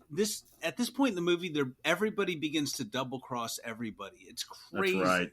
Double cross, triple cross, quadruple cross. Yeah, it is a bit much, honestly, for a kids movie too. Even still, it's like, dude, keep it fucking simple. So Tess finally gets up the nerve to break up with Tracy. You go, girl. 1990 style. That's right. Movie love advice. You do it, girl. You know what? You don't need that dick in your life. That Dick Tracy. Look at the way you caught him making out with Breathless Mahoney. You caught that Dick Tracy making out with Breathless Mahoney. Jeez. You don't need him, girl. Anyway, go ahead. Sorry. You might like that dick, but that is not the dick for you. Not the dick for you, Tess. No. You can't live your best life. You're living in Tracy's shadow. You can't do it. Anyway. No, you can't do it, girl. You go away from him. You start your life anew. Take the kid with you too. Yeah. Or that's Tracy's kid. Leave it. That's go on a right. cruise. No, leave girl. it with him. Yeah, go on a cruise, girl. Yeah, exactly. Anyway, so then Tracy goes to the same warehouse where earlier we had like Pruneface and Flat Top or whatever pouring concrete. It's the same concrete setup, right? Yeah. It's the same concrete Look, thing. they had the set. They had to reuse it. Yeah. Even for a big movie, they got to reuse stuff. And little does Tracy know that it's a ruse. Yeah. Detective Dick Tracy, once again, fooled. Yeah. But then Tracy, he figures it out. He fakes them out. He puts his hat and his coat like in a place so they think it's him. And then so they begin shooting at him, right? Yeah. Yeah, so the guy who was listening to the bug was in the concrete. Then we cut to Tracy, for no reason, standing in the stream of concrete that's pouring down on this guy. So he pushed him out of the way. Now Tracy's standing in concrete, and then his gun won't work. Like, did we miss a scene here, Jordan? It's a magic trick, Anthony. It doesn't need to be explained. The dick disappeared. Or he appeared suddenly, he's all, And then he reappeared in the cement. I don't understand. The Dick Tracy was in the cement the whole time with the gun. Wah, wah. Had you fooled. I really don't get that, because then his gun doesn't work, but Faceless is there. No, I was confused, honestly. Yeah, because suddenly he's on the cement and it's pouring down his face, and you're like, oh, wait, was that his backup? Wait, he has? Oh. Is that Tracy? Oh, it's him. What's going on? It's Tracy. It is him. Oh, okay. He could have shot them without jumping under the concrete. I really don't understand that. I really don't. Anyway. Like Warren Beatty wanted the oatmeal on his head in this scene that badly. Jeez, too, also, It makes it don't make any sense, Jordan. It don't make any sense. Anyway, so his gun doesn't work, so Faceless is there, luckily, because everybody's everywhere where you need them to be when you need them. Well, of course it doesn't work. It's covered in the cement. Yeah. So then Faceless shoots Pruneface there and Flat Top or whoever the other gangster is. There's so many, I don't know, so many gangsters in this movie. So then Tracy meets Breathless by the docks, and she throws himself at him. And then she says that she won't testify unless he's her boyfriend, and unless they're boyfriend-girlfriend, Jordan. Yeah. She's like, you're the one for me, Tracy. I love you, and blah, blah, blah, blah, blah, blah. She came back so quickly after all that. I mean, she's not rubbed the wrong way at all by any of that still, I mean, it's becoming assault. She's stalking him at this point. He needs a restraining order against this chick. She is really throwing herself increasingly more on him at this in this movie. I mean, clearly she is marriage material for him, though, Anthony. Yeah, what is the talking relationship 101? Tess or, Breathless Mahoney? Look, that's a stripper name. Don't ever date someone named Breathless Mahoney. I'm sorry. To all the people named Breathless out there, I apologize. Tess Trueheart sounds like a stripper name too, though, honestly. That's more like an old West madam name. Still in the prostitute category. That's right. Yeah. Hey, Madam Tess Trueheart, she's got a shop up the street with some ladies there. It does sound like a bordello name. In McCabe and Mrs. Miller, speaking of prostitute movies. Anyway. Yeah. So she won't testify unless Tracy's with her, like in love, and and he says he can't do it because he loves Tess. Yeah. Then Tracy sends the kid to the orphanage, and then Faceless breaks into Tracy's place and steals a check. So Faceless is like all behind the scenes now at this point in the movie, pulling the strings. Yeah, right? Faceless is this movie's Palpatine almost. Yeah. Almost. Kaiser Soze. Yeah. Pretty much, yeah. Steals a check for some reason, and then we find out because Faceless and the piano player forge a letter. So they forge a letter with Tracy's signature on it, and they send it to the DA to extort him. And he says, we have evidence it's going to hurt your career and blah, blah, blah. Because this is the double cross, the double cross, the triple cross. All of that's happening. The triple cross. Yeah. I mean, my God, you said it, triple cross. There's like, how many times do you double cross somebody? Jesus Christ. Yeah, she's double, Faceless is like playing That's both another sides. less. Yeah. Is like playing Big Boy and playing Tracy and playing the piano player. Now Faceless is trying to, I mean, at this point, I'm trying to like, what's the angle here? What's your end game? Yeah, characters like this always are a problem in movies. This is like right back to Crystal Skull kind of charactering, almost like. Ooh. Yeah, I said it. I'm just, when you have characters that are just like don't know what side of the team they're on anymore, and the audience doesn't know either because they don't know. Yeah. And then it only seems convenient for the movie, obviously, right? That's the problem too. Oh, of course. Well, they were there. It was them the whole time, of course. Yeah. So Faceless wants to get rid of Tracy. And then, because like this is fully, like I said earlier, noir thriller. It's no longer a comic book movie. We're deep into noir. Yeah. So Faceless then kidnaps Tess and then forces her to write a letter, luring Tracy to her place. Yeah. Right? Or the place she works. Then he goes there and he's gassed and passes out. Yeah. So then Faceless dresses like Tracy and lures the DA to a hotel and then shoots the DA. That was the whole thing about the extortion letter. Meet me in this hotel. Then takes Tracy, passed out Tracy in the chair, puts a gun in his hand, and then tries to frame him for the murder of the DA. Like, what is this movie at this point, Jordan? Yeah. Like, what is The this? same thing happened with Lee Harvey Oswald. I mean, no. And the moon landing, Jordan. And the moon landing. And Amelia Earhart. They did the same thing to Amelia Earhart, Anthony. Yeah, I don't know. I don't get this movie's logic. This is much ado. This is a lot of work to like frame people and work behind the scenes and all these machinations. I think that's this movie's problem. A lot of it, too, is the script, Yeah. or the editing. I don't know what to blame. Maybe it's the editing. I don't know. Or one or the other. Or everything else is working fine. Yeah. Just a lot of weird elements. It's anyway. So with Tracy gone, so the cops arrest Tracy. He's in jail. And with Tracy gone, Big Boy launches a crime spree. And we have yet another montage. Oh, that's right. But this is... We had a Tracy busting criminals montage, and now we have a Big Boy crime spree again, taking back over the city montage, right? Yeah, I don't think any Warner Brothers gangster movie had this many montages with Tommy guns either. Yeah, no. Maybe it's more excuse for Madonna's music. Let's listen to Madonna's music here, folks. Let's enjoy the Stephen Sondheim written music score here. Don't pay attention to the plot, guys. Here's some more Madonna. Yeah. Exactly. So with Tracy gone... We need to sell an album here, folks. So Tracy's in jail, and then the kid goes to him to visit him, escapes from the orphanage, and finally tells him he picks a name, Dick Tracy Jr. Really, Jordan? Yeah. Really? And he looks like he's going to cry on this moment. It's kind of sweet. Dick Tracy Jr. What? Is it too on the nose, Anthony? It's not too on the nose. It's too on the nose. Come on. Is that what you're saying? It's too on the nose. It's too cute. I don't know. Maybe it is. I Okay. think No, you're right. it is cute. It's too on the It nose. is You're cute. right, it is. Now we got a big dick and a little dick in this movie, and maybe that's just what we Big needed. dick, little dick, mini me dick.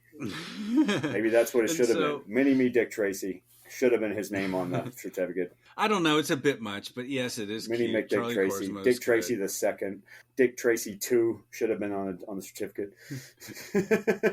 Dick Tracy Electric Boogaloo. Rise of the Dick. Anyway, I'm giving you dick options here for the editing. Yeah. Anyway, so we're getting there. I like that, and I like the relationship between him and Tracy, and it's touching, and I buy them together, and that's great. So anyway, They do have good chemistry, him and the actor. I mean, Beatty and Korsmo, have good chemistry, I will say. yeah. And so Faceless has Tess tied up in this vault thing. And then Tracy's cop buddies, including Seymour Cassell, come and break him out. And I love those guys. I love Seymour Cassell, like I said, because they're supposed to transfer him from the county to the state jail or whatever. Yeah. Anyway, they break him out, and then they find Mumbles, and then he tells Tracy that the piano player, 88 Keys, Mandy Patinkin, set him up with Faceless. Right? Yeah. So then Tracy goes to, I'm sorry, everybody, this is the damn plot. Yeah, no, he's not lying. This is the plot, folks, really. I'm trying to make it simple here. We're almost there. We watched it so you wouldn't. Yeah. So Tracy goes to save Tess because he somehow knows. It's just, oh, there's Tess. Oh, because, he just says, like the pitch guy says, it's like, Tracy, why are you going to the roof? I don't know, so the movie can happen. Yeah. It's like, yeah, exactly. I'm just going to go to the roof because that's where people go in movies. How does he know she's on the roof? I don't know. He goes to the roof and he looks down in this skylight and sees Tess. Oh, yes, and this is where we have the Batman moment, right? Where he jumps through the skylight. I mean, this is the year of breaking through skylights after Batman. Yeah. And so, Jordan, what sort of vault has a skylight in it? If you want to keep something secure, don't put a skylight in your vault area. I don't know, because I say it's a vault because it has a big... Well, what if you get locked in there? I don't know. Well, that's what happens is they get locked in there in a minute. But no, I'm saying it has a big bank door with a big lock on it and then the skylight. It makes no sense to me. No, I don't know. What? Yeah, you're right. Why would you have it's just like, why would you have like a hole in your vault or something of any kind like that? Let's let some natural light on all this money. At least I think it's supposed to be a vault. I don't know. But anyway, so Big Boy and Flat Top go in there and they take Tess away. And then Tracy is like stuck in there. And he finally gets a way out. His buddy jumps on the improvised seesaw thing. I don't know. Anyway. Oh, that's right. Yeah. But yeah. So whenever the gangsters or cops around the building, and then Big Boy's trying to get out, he's got Tess. And then all the other gangsters, Flat Top and whoever's left at this point, they all leave in their cars. And then Tracy gets a Tommy gun and just shoots the fuck out of all these people, like Bonnie and Clyde style. Just like these cars are riddled with fucking bullets as all these police officers are just like shooting the fuck out of these cars. And there's a car that blows up behind Tracy. He's mad as hell. He's not going to take it anymore. This dick has had enough. And so this dick is tired. This dick is a hard-on for justice. Anyway. And so he's there, but I mean, this is a kid's movie, and they're shooting the fuck out of him.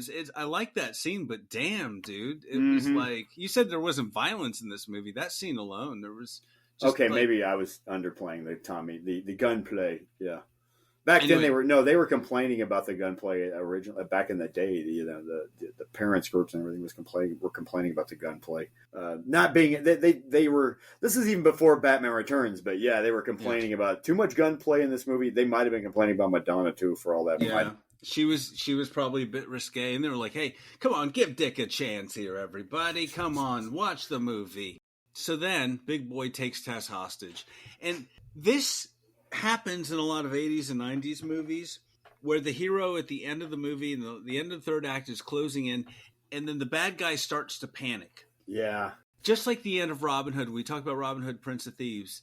As great as Alan Rickman's character the sheriff is, he's really over the top. And the same thing, Al Pacino goes into overdrive. Worse than Devil's Advocate. worse than anything. I mean, he's just the most over the top and unrealistic, crazy character, and he's taking Tess.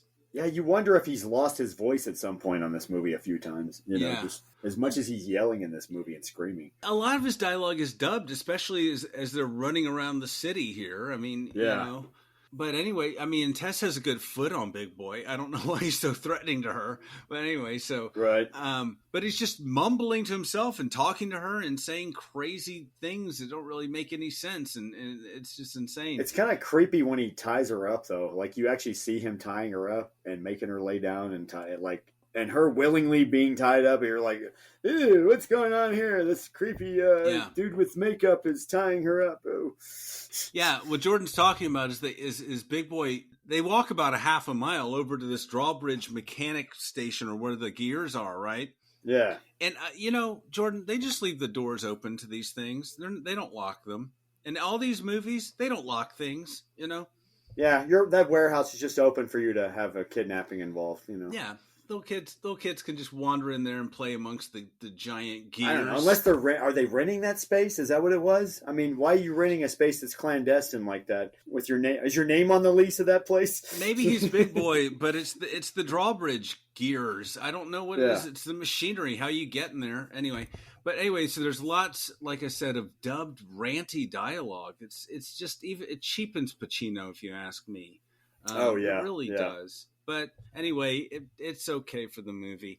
And so, like Jordan says, he ties her up to the gears. And then we get this, like that old trope where, the girl's tied to the train tracks by the mustachioed villain from, like, the silent era. They even allude to that. It's like... Yeah. Well, they've been doing it that long? Really? Oh, my God. We're so unoriginal, we have to allude to that, But it's not bad. No, they have been doing it that long, folks. It is a bit tense, right? And then Tracy shows up, and then he and Big Boy have a shadowed fight. Unfortunately, we don't see a lot of that. It looks like it's mostly done with stuntmen and stunt doubles. Yeah. More than anything. And you can tell Pacino's not anywhere in that fight. Yeah. Pacino's it's all long shots. It's clearly just, exactly. It's just clearly a stuntman with Pacino's makeup on in the fight. Yeah, it's weirdly shadowed, but I guess that's why. And so there's barely any Beatty too, honestly, in the scene, from what I can tell. It's mostly stunt doubles. Folks. It's a stunt dick, yeah. Stunt dick. Anyways. Yeah, God, we can't help it. I'm sorry. Anyway, so Tracy and Big Boy are fighting, and then we still see, like, Tess on the gear, and she's getting closer to being crushed. And then Faceless shows up with a gun and pulls it on both of them. And Faceless wants to frame Big Boy. Right. For Tess's murder. So Tess is going away. And then it's like, Tracy, come run the city with me. Or come run the city with me, Tracy. Yeah, exactly. Come run the city with me. And then the kid shows up because the kid is everywhere you need him to be at all times. Anywhere. Thank God for that kid. Yes. Thank God for that kid. He should be at the orphanage, but he's wandering around the city. That kid is really a superhero who just shows up and stops crimes. This kid just could have had his own movie, practically. I mean, the actor was good enough in the role. I mean, he's almost more than the movie, honestly. He does as much as Tracy does. Jesus, as far as... Yeah, he does a lot, man. He does a lot of work, this kid, man. Yeah. He makes Tracy look lazy kind of sometimes. And so anyway, the kid shows up and he tackles Faceless. Yeah, that's right. Yeah. Tough kid, yeah. Then Big Boy grabs a gun and shoots Faceless. Bap, bap, bap. And then Tracy grabs a dummy of Faceless and throws it over a rail to the dummy's death. Yeah. That didn't look like a dummy. What are you talking about? It looked like a miniature dummy. So, yeah, Tracy throws Big Boy over the rail to his death. And this is good. That he's not like Batman. Batman is not going to just try to kill you. Dick Tracy's... It kind of did remind me of the stunt show I saw at Six Flags years ago when I was younger. The Batman stunt show? Yeah, the Batman stunt show. Yes, exactly, the Batman stunt show. Don't judge me, Anthony. Yeah, it was fun. I saw it. They threw dummies over the ledge on that one, too. And they were just as believable. They were just as believable. The audience just went, ah! The audience gasped on that part, I remember. They thought it was real. But think about it. Tracy's a cold-blooded killer, but he is that cop that goes by his own rules. He should have arrested Big Boy. No, he just throws this motherfucker over a rail to his death. That's fucking Dirty Harry shit right there, man. That is. So, yeah, I respect this dick, man. I respect him, That makes you respect the dick. Yeah, exactly. So, Jordan, we discover Faceless is who? Breathless Mahoney the whole damn time. The whole Madonna's time. character, Breathless Mahoney, under this weird mask. This OMG. I don't know what this mask is made of. Yeah, anyway, they pull the mask on. She's slowly dying. Madonna's got a great death scene. And, we find out it's Madonna's Breathless. Mahoney under the whole time, she loves Dick, and she was doing this because she loved Dick. She was jealous of the Tess. She was She was jealous trying of to Tess. kill the Tess because she wanted the Dick. It's very obvious that Madonna loves the Dick in this movie. And Yes. I bought that scene. I really did. And She's good. she was I like... mean, she's good in the movie. I will give her that, though. Yeah. Could it Despite ever all the happen? criticism about her acting in the past. Yeah. I will say, looking back, she's not bad in this movie. I'll give her that. Oh God, this is an Oscar-winning performance. Don't get me wrong, but Yeah, I mean, yeah. it's good for the role. It's Madonna. Come on, what do you want? She's got to sing and whatever. I mean, yeah. So she's like, "Do you think it could ever happen between us, Tracy?" You know, and then she kisses him. Yeah. Before It's a she moment. dies. Tess is okay this time with it. Yeah. Whew, everybody, love triangle solved because somebody died. Oh, but God, what if she got jealous right in that last moment? What? Are you gonna kiss her? You really gonna kiss her in front of me after? I don't care if she's fucking dying. No shit. If in real life, Tess would a woman would not handle that. Like, If you kiss her right now, I'm walking off of here. I don't care. You can have this kid, you bastard. I've been taking care of this kid all movie for you. I just want these gears to crush me at this point. Yeah, I'm just exactly. over this. You know who dressed and fucking cleaned this kid? You know I had to put him in a fucking bath. You know how hard that was. This kid stinks. He doesn't brush his teeth. You know that. You know how old his underwear was? Did you? No. All you do is take him to Mel's Diner and feed him every fucking day. Yeah. That's all you had to do is pay for his fucking dinner. You didn't even cook for him either. I cooked for him. You know that? You know what? You are out of my life, mister, if you kiss her right now. I don't care if she's fucking dying. I'm walking off. Oh, but that didn't happen, no. That didn't happen. No. You know, he has that moment with Breathless, and then he unties her. Yeah. Unties Tess, saves her. You know, I'm that sorry. Was, We're that all was, sorry. Let me just kiss her. That was quite tense. And then, yeah, of course. Then everybody lives happily ever after, except for all the people that are dead. We're all happy here. It's okay. Tracy is trying to propose, but he can't communicate his feelings. Yeah. I think it's Warren Beatty like playing himself in this scene, honestly. 'Cause Exactly. This is before he got married, and this is just before that. Warren Beatty just kind of dated a lot, you know. Even Warren Beatty himself couldn't say the dialogue. The actual dialogue was, "Tess, I love you. I want you to move in with me." But Warren Beatty couldn't even force himself to say those words. He was like, I'm a guy who feels things. Anyway. And who could he talk to? He's the director on this movie. He probably had to talk to the cinematographer side and go, you know what? I'm having trouble with this scene. I've always had trouble asking somebody to marry me in a movie and in reality. Victoria, what do I do? Well, I think maybe this movie's an exploration of Warren Beatty's own conflicting feelings about relationships. Like Dick Tracy doesn't want to commit. This is before Annette Bening reeled him in. Something about Annette Bening, which, there was something about Annette Bening. I don't blame him for marrying Annette Bening. Oh, no. Anyway, so Tracy proposes, sort of. And then, of course, he gets that call, you know. And like Tess's mom said earlier in the movie, you know, a special kind of woman has to love this guy, not just a normal person. And so she's like, all right, Tracy, you go and do what you gotta do. Go get him, Tiger. Go get the bad guys. He runs off and then he pulls a ring out of his pocket and like throws it at her. Go get the bad guys, but first kiss me, you dick. Give me some of that dick. Give me some of that dick I love so much. Oh, yeah, that's right. But Tracy. he just tosses a ring at her. God, how that was kind of tacky. Yeah. Girl, no. That's how he's going to ask you to marry him? Really? Yeah, come on, girl. Okay, back to relationship advice 101 to movie. That moment movie needs characters. to be special, girl. Girl, he didn't make it special. He didn't get on his knees, girl. I'm just saying, girl. I don't know. Did you see where the ring came from? Is it real gold? Is it real metal? Is that something he stole off of one of his crooks? Yeah, it's not something he took from some robbery, is it? You know, he can take evidence from a scene. Yeah, he can. He gives her one earring, that earring he found earlier. Anyway. Yeah, exactly. Oh, by the way, this made me think of you earlier. This is for you. I'll put this on your ear. It's just one? You only need one to make me think of you.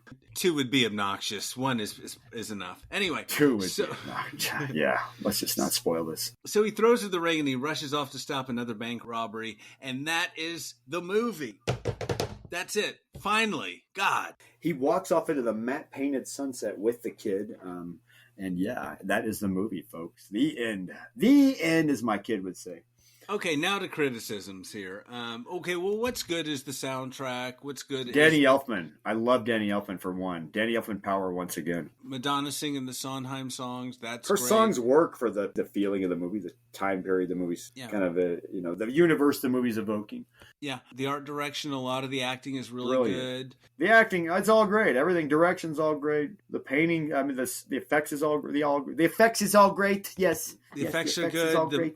The makeup is good. It's not what I would go for. It's a little grotesque, but it's just a bit much. Yeah, I guess. Yeah. I don't blame that all in the effects artists per se. They were just doing their job. I blame the creators for behind the scenes, the directors and company going, oh, let's make them look more like a comic. Let's amp it up. Let's put more rubber on them, But they covered up Pacino too much, for Christ's sake. Yeah. He had to scream over the makeup and prosthetics, Pretty much. I mean, you know what? You might as well just remade Planet of the Apes at that point with Pacino in there. And if you're going to cover his face up, is all I'm saying. Oh, that would have been awesome. I'm Dr. Zayas. Oh. Yeah. So anyway, criticisms. I think there's too much story here, and it's a bit confusing. And I know it's a noir thriller. I get that. We just had to deal with Howling 3's subplots, and now we had to deal with Dick Tracy's subplots. There's too many twists and turns, too many curves in this Dick Tracy movie. Too many dicks in the kitchen. Too many dicks in the kitchen. And so they should have, I think, maybe there's too many characters, right? Maybe they should have ditched the kid. I don't know if he was in the comic or whatever. Yeah. But this movie, he's inconvenient to the story. Drink every time someone says, watch the kid. Like, they've got to keep putting someone in charge of the kid or getting rid of the kid for moments. Yeah. Back in this time period, the audience were not strangers to kid sidekicks in movies. It wasn't like a new thing in movies or TV for that matter. Everybody back then had a fucking kid sidekick at that point who solved things for them and was smarter than them sometimes, a lot of times. All the way back to fucking Short Round and Temple of Doom, even. Yeah. I mean, even before that, it was already getting. I mean, even with that, it was already happening too much. I blame, but it was already it was happening in comic books too, ahead of time as well. Yeah, he's the boy Robin sort of to Tracy's Batman. Pretty much. You're right, honestly. Kid Robin. But anyway, I think maybe they could have gotten rid of him. And then also this whole love triangle, it works between Breathless Mahoney and Tess, but it makes me feel emotionally conflicted about Tracy. Yeah. And then, I don't know. I guess he was definitely willing to. Oh, God. To go there. He was tempted. If Dick hadn't got caught, man, Dick would have done what Dick was going to do. But anyway, he keeps being guilted, and it seems into being with Tess. You saw the way she put the moves on him, Anthony. Oh, come on, I don't blame him. You would have done the same thing in this situation, despite Tess. No, Jordan, I'm a weaker man than Dick Tracy. I can tell you that. Anyway, but they could have cut a few coils in this plot. Like I said, there's too many double crosses. There's too many villains. Like I was saying earlier about Schumacher movie. Yeah, I agree. You know what? I would not, and I wouldn't lay all the blame on the two writers' credit. I would bet money there were probably some rewrites going on behind the scenes on top of the screenplay that they already had. Honestly, there was ghostwriting going on, whether it be on the set or punch-ups or whatever. I'm sure there was a lot of punch-ups on this movie. Yeah, I think uncredited. It has that feel that certainly, like I said, there were too many dicks in the kitchen on this one. Too many dicks in the writer's room. Oh yeah. And really, the comic elements sort of distract from the seriousness of the movie. It's like, what do you want to be? Do you want to be a noir thriller? Yeah. Or do you want to be this comic booky movie with all these prosthetics and makeup? And it comes across as weird when you combine these two things. It pulls it off. It comes across as campy mostly, though, right? Yeah. Because it's campy, Pacino's over the top, and his dialogue is over the top. And it comes off all cartoonish, a lot of it, right? It's just, that's the problem with it, I guess. And... yeah, go ahead. Oh, especially. No, you were saying and. Oh, and I was just going to get into the part of the property being dated, even in 1990 being dated. Oh yeah. Kids in 1990 barely knew who Dick Tracy was, honestly. The name probably cracked him up by that point more than anything. More the first name than the last name. And there's a lot of innuendo here, for sure. Yeah. But going back to Pacino's character, because he's so cartoonish and buffoonish at the end, it's like the stakes aren't there. You know, I don't know. It really deflates everything because he just starts overacting at the end. And then he becomes this cartoon and all this makeup. It's not my Pacino, you know what I mean? To quote a redneck, his ass seems kickable, is all I'm saying. Yeah, it does. It does. He has a meltdown. He just bought himself a can of whoop ass, and we all know it. That's all I'm saying. Something's going to happen, is all I'm saying. He has this meltdown. And by the time we get there, so many twists and turns and double crosses and all that. Yeah. This isn't L.A. Confidential. This isn't Chinatown. You know what I mean? Why is it trying to be Chinatown? Maybe that's the problem. You know, it's trying to be Chinatown at the same time. It's trying to be a smart family movie. Yeah. Looks like we got ourselves a smart family movie, huh? You think you're a smart family movie, don't you? You think you sure think you're smart family movie, huh? Let me tell you something. Ooh-wee, we got a family movie with some big pants on here. Yeah. No. You sit down, family movie. Let me tell you something. You ain't smart. You don't know what you are. You just think about that for a second. Family movie. Yeah. You got a bunch of murders and sex, but then a little kid that's got to watch all this family movie? Yeah. You try to make me think about all this shit at the same time? I don't want to think. I just want to watch some action. I want to see some shit blow up. I want to see some Tommy guns shooting shit. I don't need some complex noir plot with crosses and double crosses. I want to see Madonna looking sexy, and I want to see you shooting and blowing up shit. That's all I want from this movie. That's all I want, movie. Is that too much to ask, Mr. Family Movie? Huh? And you got dick in the title, Mr. Family Movie. And you got dick in the title. You're wasting the title with the dick in the title. I don't know. Where's the dick, too? Show me some dick, huh? Either show the dick or shut up, you know? Show me the dick and the Tracy, but don't tease me. Don't tease me, yeah. Don't tease me with the dick or the Tracy. I don't know. Figure out what you are, the dick or the Tracy, or both. You got to let the dick loose. Let the dick out. Just let the dick out on this movie. Jesus Christ, movie. Why are you holding back on me? God damn it. Jesus Christ. Yeah, but I don't know if the movie should have let the dick out because this is, after all, a kid's movie with Charlie Korsmo there. You feel like Charlie Korsmo is like somebody should shield his eyes during this whole fucking movie anyway. Oh, yeah. Too many subplots for this kid to see, for this kid to deal with, to be involved in. Oh, gosh. That's what it was. It's like we walked into a noir film. We weren't expecting that. We were expecting a fun comic book movie, and now we've got to, write the plot down. Who's double-crossing who? What's going on? Yeah. Anyway, and I got one thing to say about the editing. Jordan, the editing can go suck an egg. That's a good way to put it. The movie's editing. I agree, man. What is up with the editing here? But you know what? Maybe, once again, too many dicks in the editing room. Yeah, too many. Maybe that's the problem. Too many executive dicks, too many directing dicks, too many dicks, too many ideas in the editing room. Maybe that was the problem. Too many dicks in the test screening. I don't know. I'm getting that sense of that's what was going on with this movie. Yeah. So maybe it wasn't the editors per se. Maybe it was people over them looking over their shoulder going, no, run that back. No, we got to cut that. No, let's chop all that out. We got to take all that out. Disney wants me to make a shorter movie. I'm sorry. And I mean, that's maybe they're rating in, and this is all speculative, but maybe they're reining in Beatty's excesses here. Yeah. But I will say, as a director, it's not a badly directed film. It's just choppy. It's just kind of... I agree. It's not badly made at all. Not at all. Here's a subject. Did Beatty possibly wear too many hats? First off, these were the other actors considered for their part of Dick Tracy early on when it was in early development hell. First off, it was Dick. It was Dick. I just like saying Dick all the time in this podcast. I just can't stop saying Dick, folks. I'm saying that's what the ladies call him, Dick Beatty. Jeez. Dick Beatty. Or Syphilis Beatty. I don't know. No, Harrison Ford was an original. That would have been interesting. Harrison Ford in that time period, late 80s, early 90s. That would have been interesting. I would have loved seeing that. Maybe another actor could have really brought something to us. I mean, Beatty's fine in the role. But I guess the problem is we can't picture Harrison Ford in a fedora, in a yellow fedora. Other than just being in Indiana Jones. Yeah. I don't know. I just can't picture anybody else other than Warren Beatty. I don't know why. I mean, Tom Selleck was another consideration. Not Tom Selleck. He's got a mustache. Richard Gere, and then Mel Gibson. Gere And oddly, has a that was it. Oddly, that was it. Nobody interesting in the unknown arena from that time period, or the familiar face arena. That was it. And then Warren Beatty. But I guess Warren Beatty has the right jaw. You're right. I think somebody a little more square jawed. I'm trying to think of who would have been around back then, but somebody a little gruffer and Peter tough. Weller, I always think. No, too blonde. I don't. Somebody with some dark. I would say Bruce Willis if he didn't do like Hudson Hawk and Bruce Willis. Yeah, he was big enough at that point. Mickey Rourke. We later saw in 1990. Sin City. That was No. You know what? He didn't. Bruce Willis would have been great in that part, actually. And you know what? I think it would have been more interesting in black and white or sepia once again. Black and white sepia, do it like the way that they should have done it, like the style of the 7-Up commercial from 1984, where everything was black and white, but parts of it had color. Or like Rumblefish was.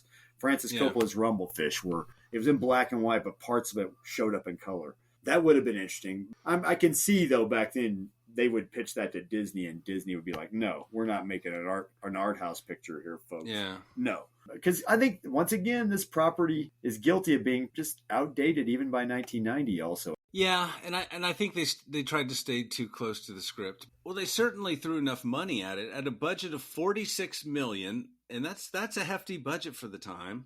It made $103.74 million domestic. That's a lot of money. That's more than 2.5 times its budget. So yeah, okay. So, but it didn't do Batman money. That was the problem. It didn't do Batman money, and Disney did not consider it a success. So that's why we don't have a sequel. We don't have a franchise. And Beatty wanted one.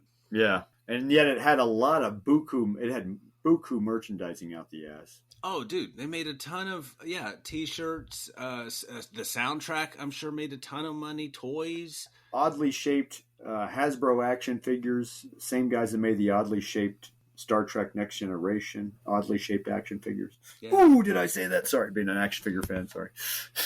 Yeah, but, I mean, it was the 9th highest grossing film of 1990, not counting in merchandising, which I'm sure was considerable. Because I remember T-shirts and things as a little kid.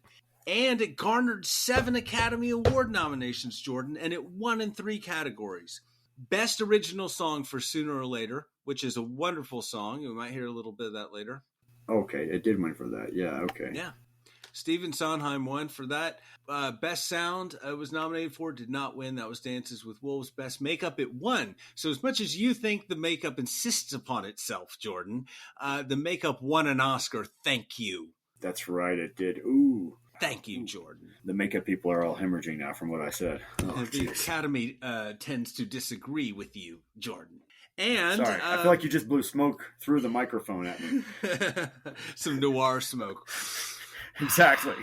It won for Best Art Direction. It was nominated for Best Costume Design. And it was nominated for Best Cinematography, but Dances with Wolves swept it that year. And Al Pacino was nominated for a Best Supporting Actor Oscar Academy Award, Jordan, for that terrible performance, in my mind. Not terrible, but not as best. Over the top. Very over the top. But you know who went to that year? Best Supporting Actor went to Joe Pesci for Goodfellas. So that's right, it did. I get that. How am I funny to you? Yeah, exactly. Once again, if Batman had not come out the year before, this movie might have benefited more, possibly. But of course, it was the same summer also. The biggest movie that summer that it came out was Ghost with Patrick Swayze and Demi Moore. That was the #1 movie of the year as well. The love story horror film Ghost. The Sways. And then like Total Recall, the big Arnold Schwarzenegger. Ooh. The big gun Arnold Schwarzenegger movie, which I still love. Right honestly. and the left. Oh. So we got him on the ropes. And Dances with Wolves came out. Oh, gut punch. Godfather 3. Bop, bop. Godfather 3 at the end of the year with Mr. Pacino once again. Yes. I mean, yeah, hell of a year. Goodfellas comes out that year too. And of course, Goodfellas. But it still was the 9th highest grossing film of the year. So it did all right in a very packed year, 1990. So anyway, Jordan, what kind of rating do you give this film? You bring up a good point with the script and the editing and all that. So, well, we never answered the question. Before you give your rating, do you think it holds up? Oh, nowadays, Yeah. I think it has a tough time nowadays, even Yeah. with all these superhero movies we have nowadays. Yeah. Oh, because it's not like it was 1990. It was getting kickstarted, and I don't know. Kids nowadays, I don't even think kids nowadays know who the hell Dick Tracy is. Oh, I don't think kids back then knew who Dick Tracy was. I don't think they did back then either. That was the problem back then too. Yeah, I agree. I don't know if it quite holds up. It's an interesting time capsule. It's an interesting relic, and it does a lot of things very well. But yeah, it's a bit dated. It feels a bit dated, but it's unique. It's so unique. Honestly, I don't think anybody back then even knew who Dick Tracy was, even though he was as old as Superman and Batman, technically. Yeah, it's weird. It was a PG-13 movie, so, I mean, clearly they want some kids or some teens to go to it. It was probably more adults. It has many adult themes. I don't know. Maybe kids would have been a little bored by this. Because even Superman the movie had the benefit of having had a big win or so before. They had it as a radio show where kids loved it. Then they had it as a TV show and kids loved it. And serial matinees where they... Like everybody, it wasn't a hard time remembering or knowing who Superman was by the time 1978 rolled around. They make a bigger version with more money thrown at it, and they take it more seriously. Anyway, it did make money, Jordan. So anyway, what kind of rating do you give it? I was going to give it 3 out of 5 yellow fedora hats. You're getting better, Jordan. One of these days you'll get there. That's better. That's not cute enough. No, it's good. It's good. All right. So 6 out of 10. I'm going to do mine. I give it a 5 out of 10. Not that it's a bad movie. It does a lot of good things, or a lot of things right. There was just room for improvement. I know that's probably harder than I really feel about it. I really don't think it's that bad, honestly. I think it's quite interesting. It's not bad. No, not at all. It does. I do like the brisk pace of it, nevertheless. Yeah. I give it 5 out of 10. Tommy guns, bullets. Eggs you can go suck, Jordan. Oh, God damn. Ooh. Or dick innuendos. Okay. 5 out of 10 dick well, you can go dick a Tracy. Oh. Ooh. What does that mean? I don't know. I'm just joking. So, Jordan, thanks again for talking about this film with me. And maybe next time we will talk about some other film, probably without dick in the title. I don't know. Maybe. I don't know. Not nearly as many like grotesquely make-upped gangsters for sure. Next week we will be reviewing Wonderland, all about John Holmes, the former porn actor. Another dick movie, but anyway. And then after that we'll be doing Boogie Nights. But yeah. So anyway, thank you all for listening. We hope you enjoyed this very long discussion. That's right. And if you can't appreciate some things like the music, the cinematography, and the matte paintings and effects in this movie, you don't know Dick Tracy. You could go suck an egg. And you could go suck an egg. So thank you all for listening. We really appreciate it, especially our new listeners. And hey, check out some of our other episodes. And if you like this, then feel free to rate us. Okay. Yeah. And if Warren Beatty and Madonna hears this and Pacino, we love you all. Really, we do. Yeah. But I doubt y'all will hear this because y'all probably are so old you don't listen to podcasts. Yeah. We gave Dick a chance on this one, so I feel pretty good about it. So anyway. We did. All right, Jordan. This has been... Tracy! The robots took my podcast! Now go suck an egg. All trailers, clips, music, or any other copyrighted material are used sparingly, edited from their original forms, and used for the purposes of criticism, discussion, commentary, and education about these fine films.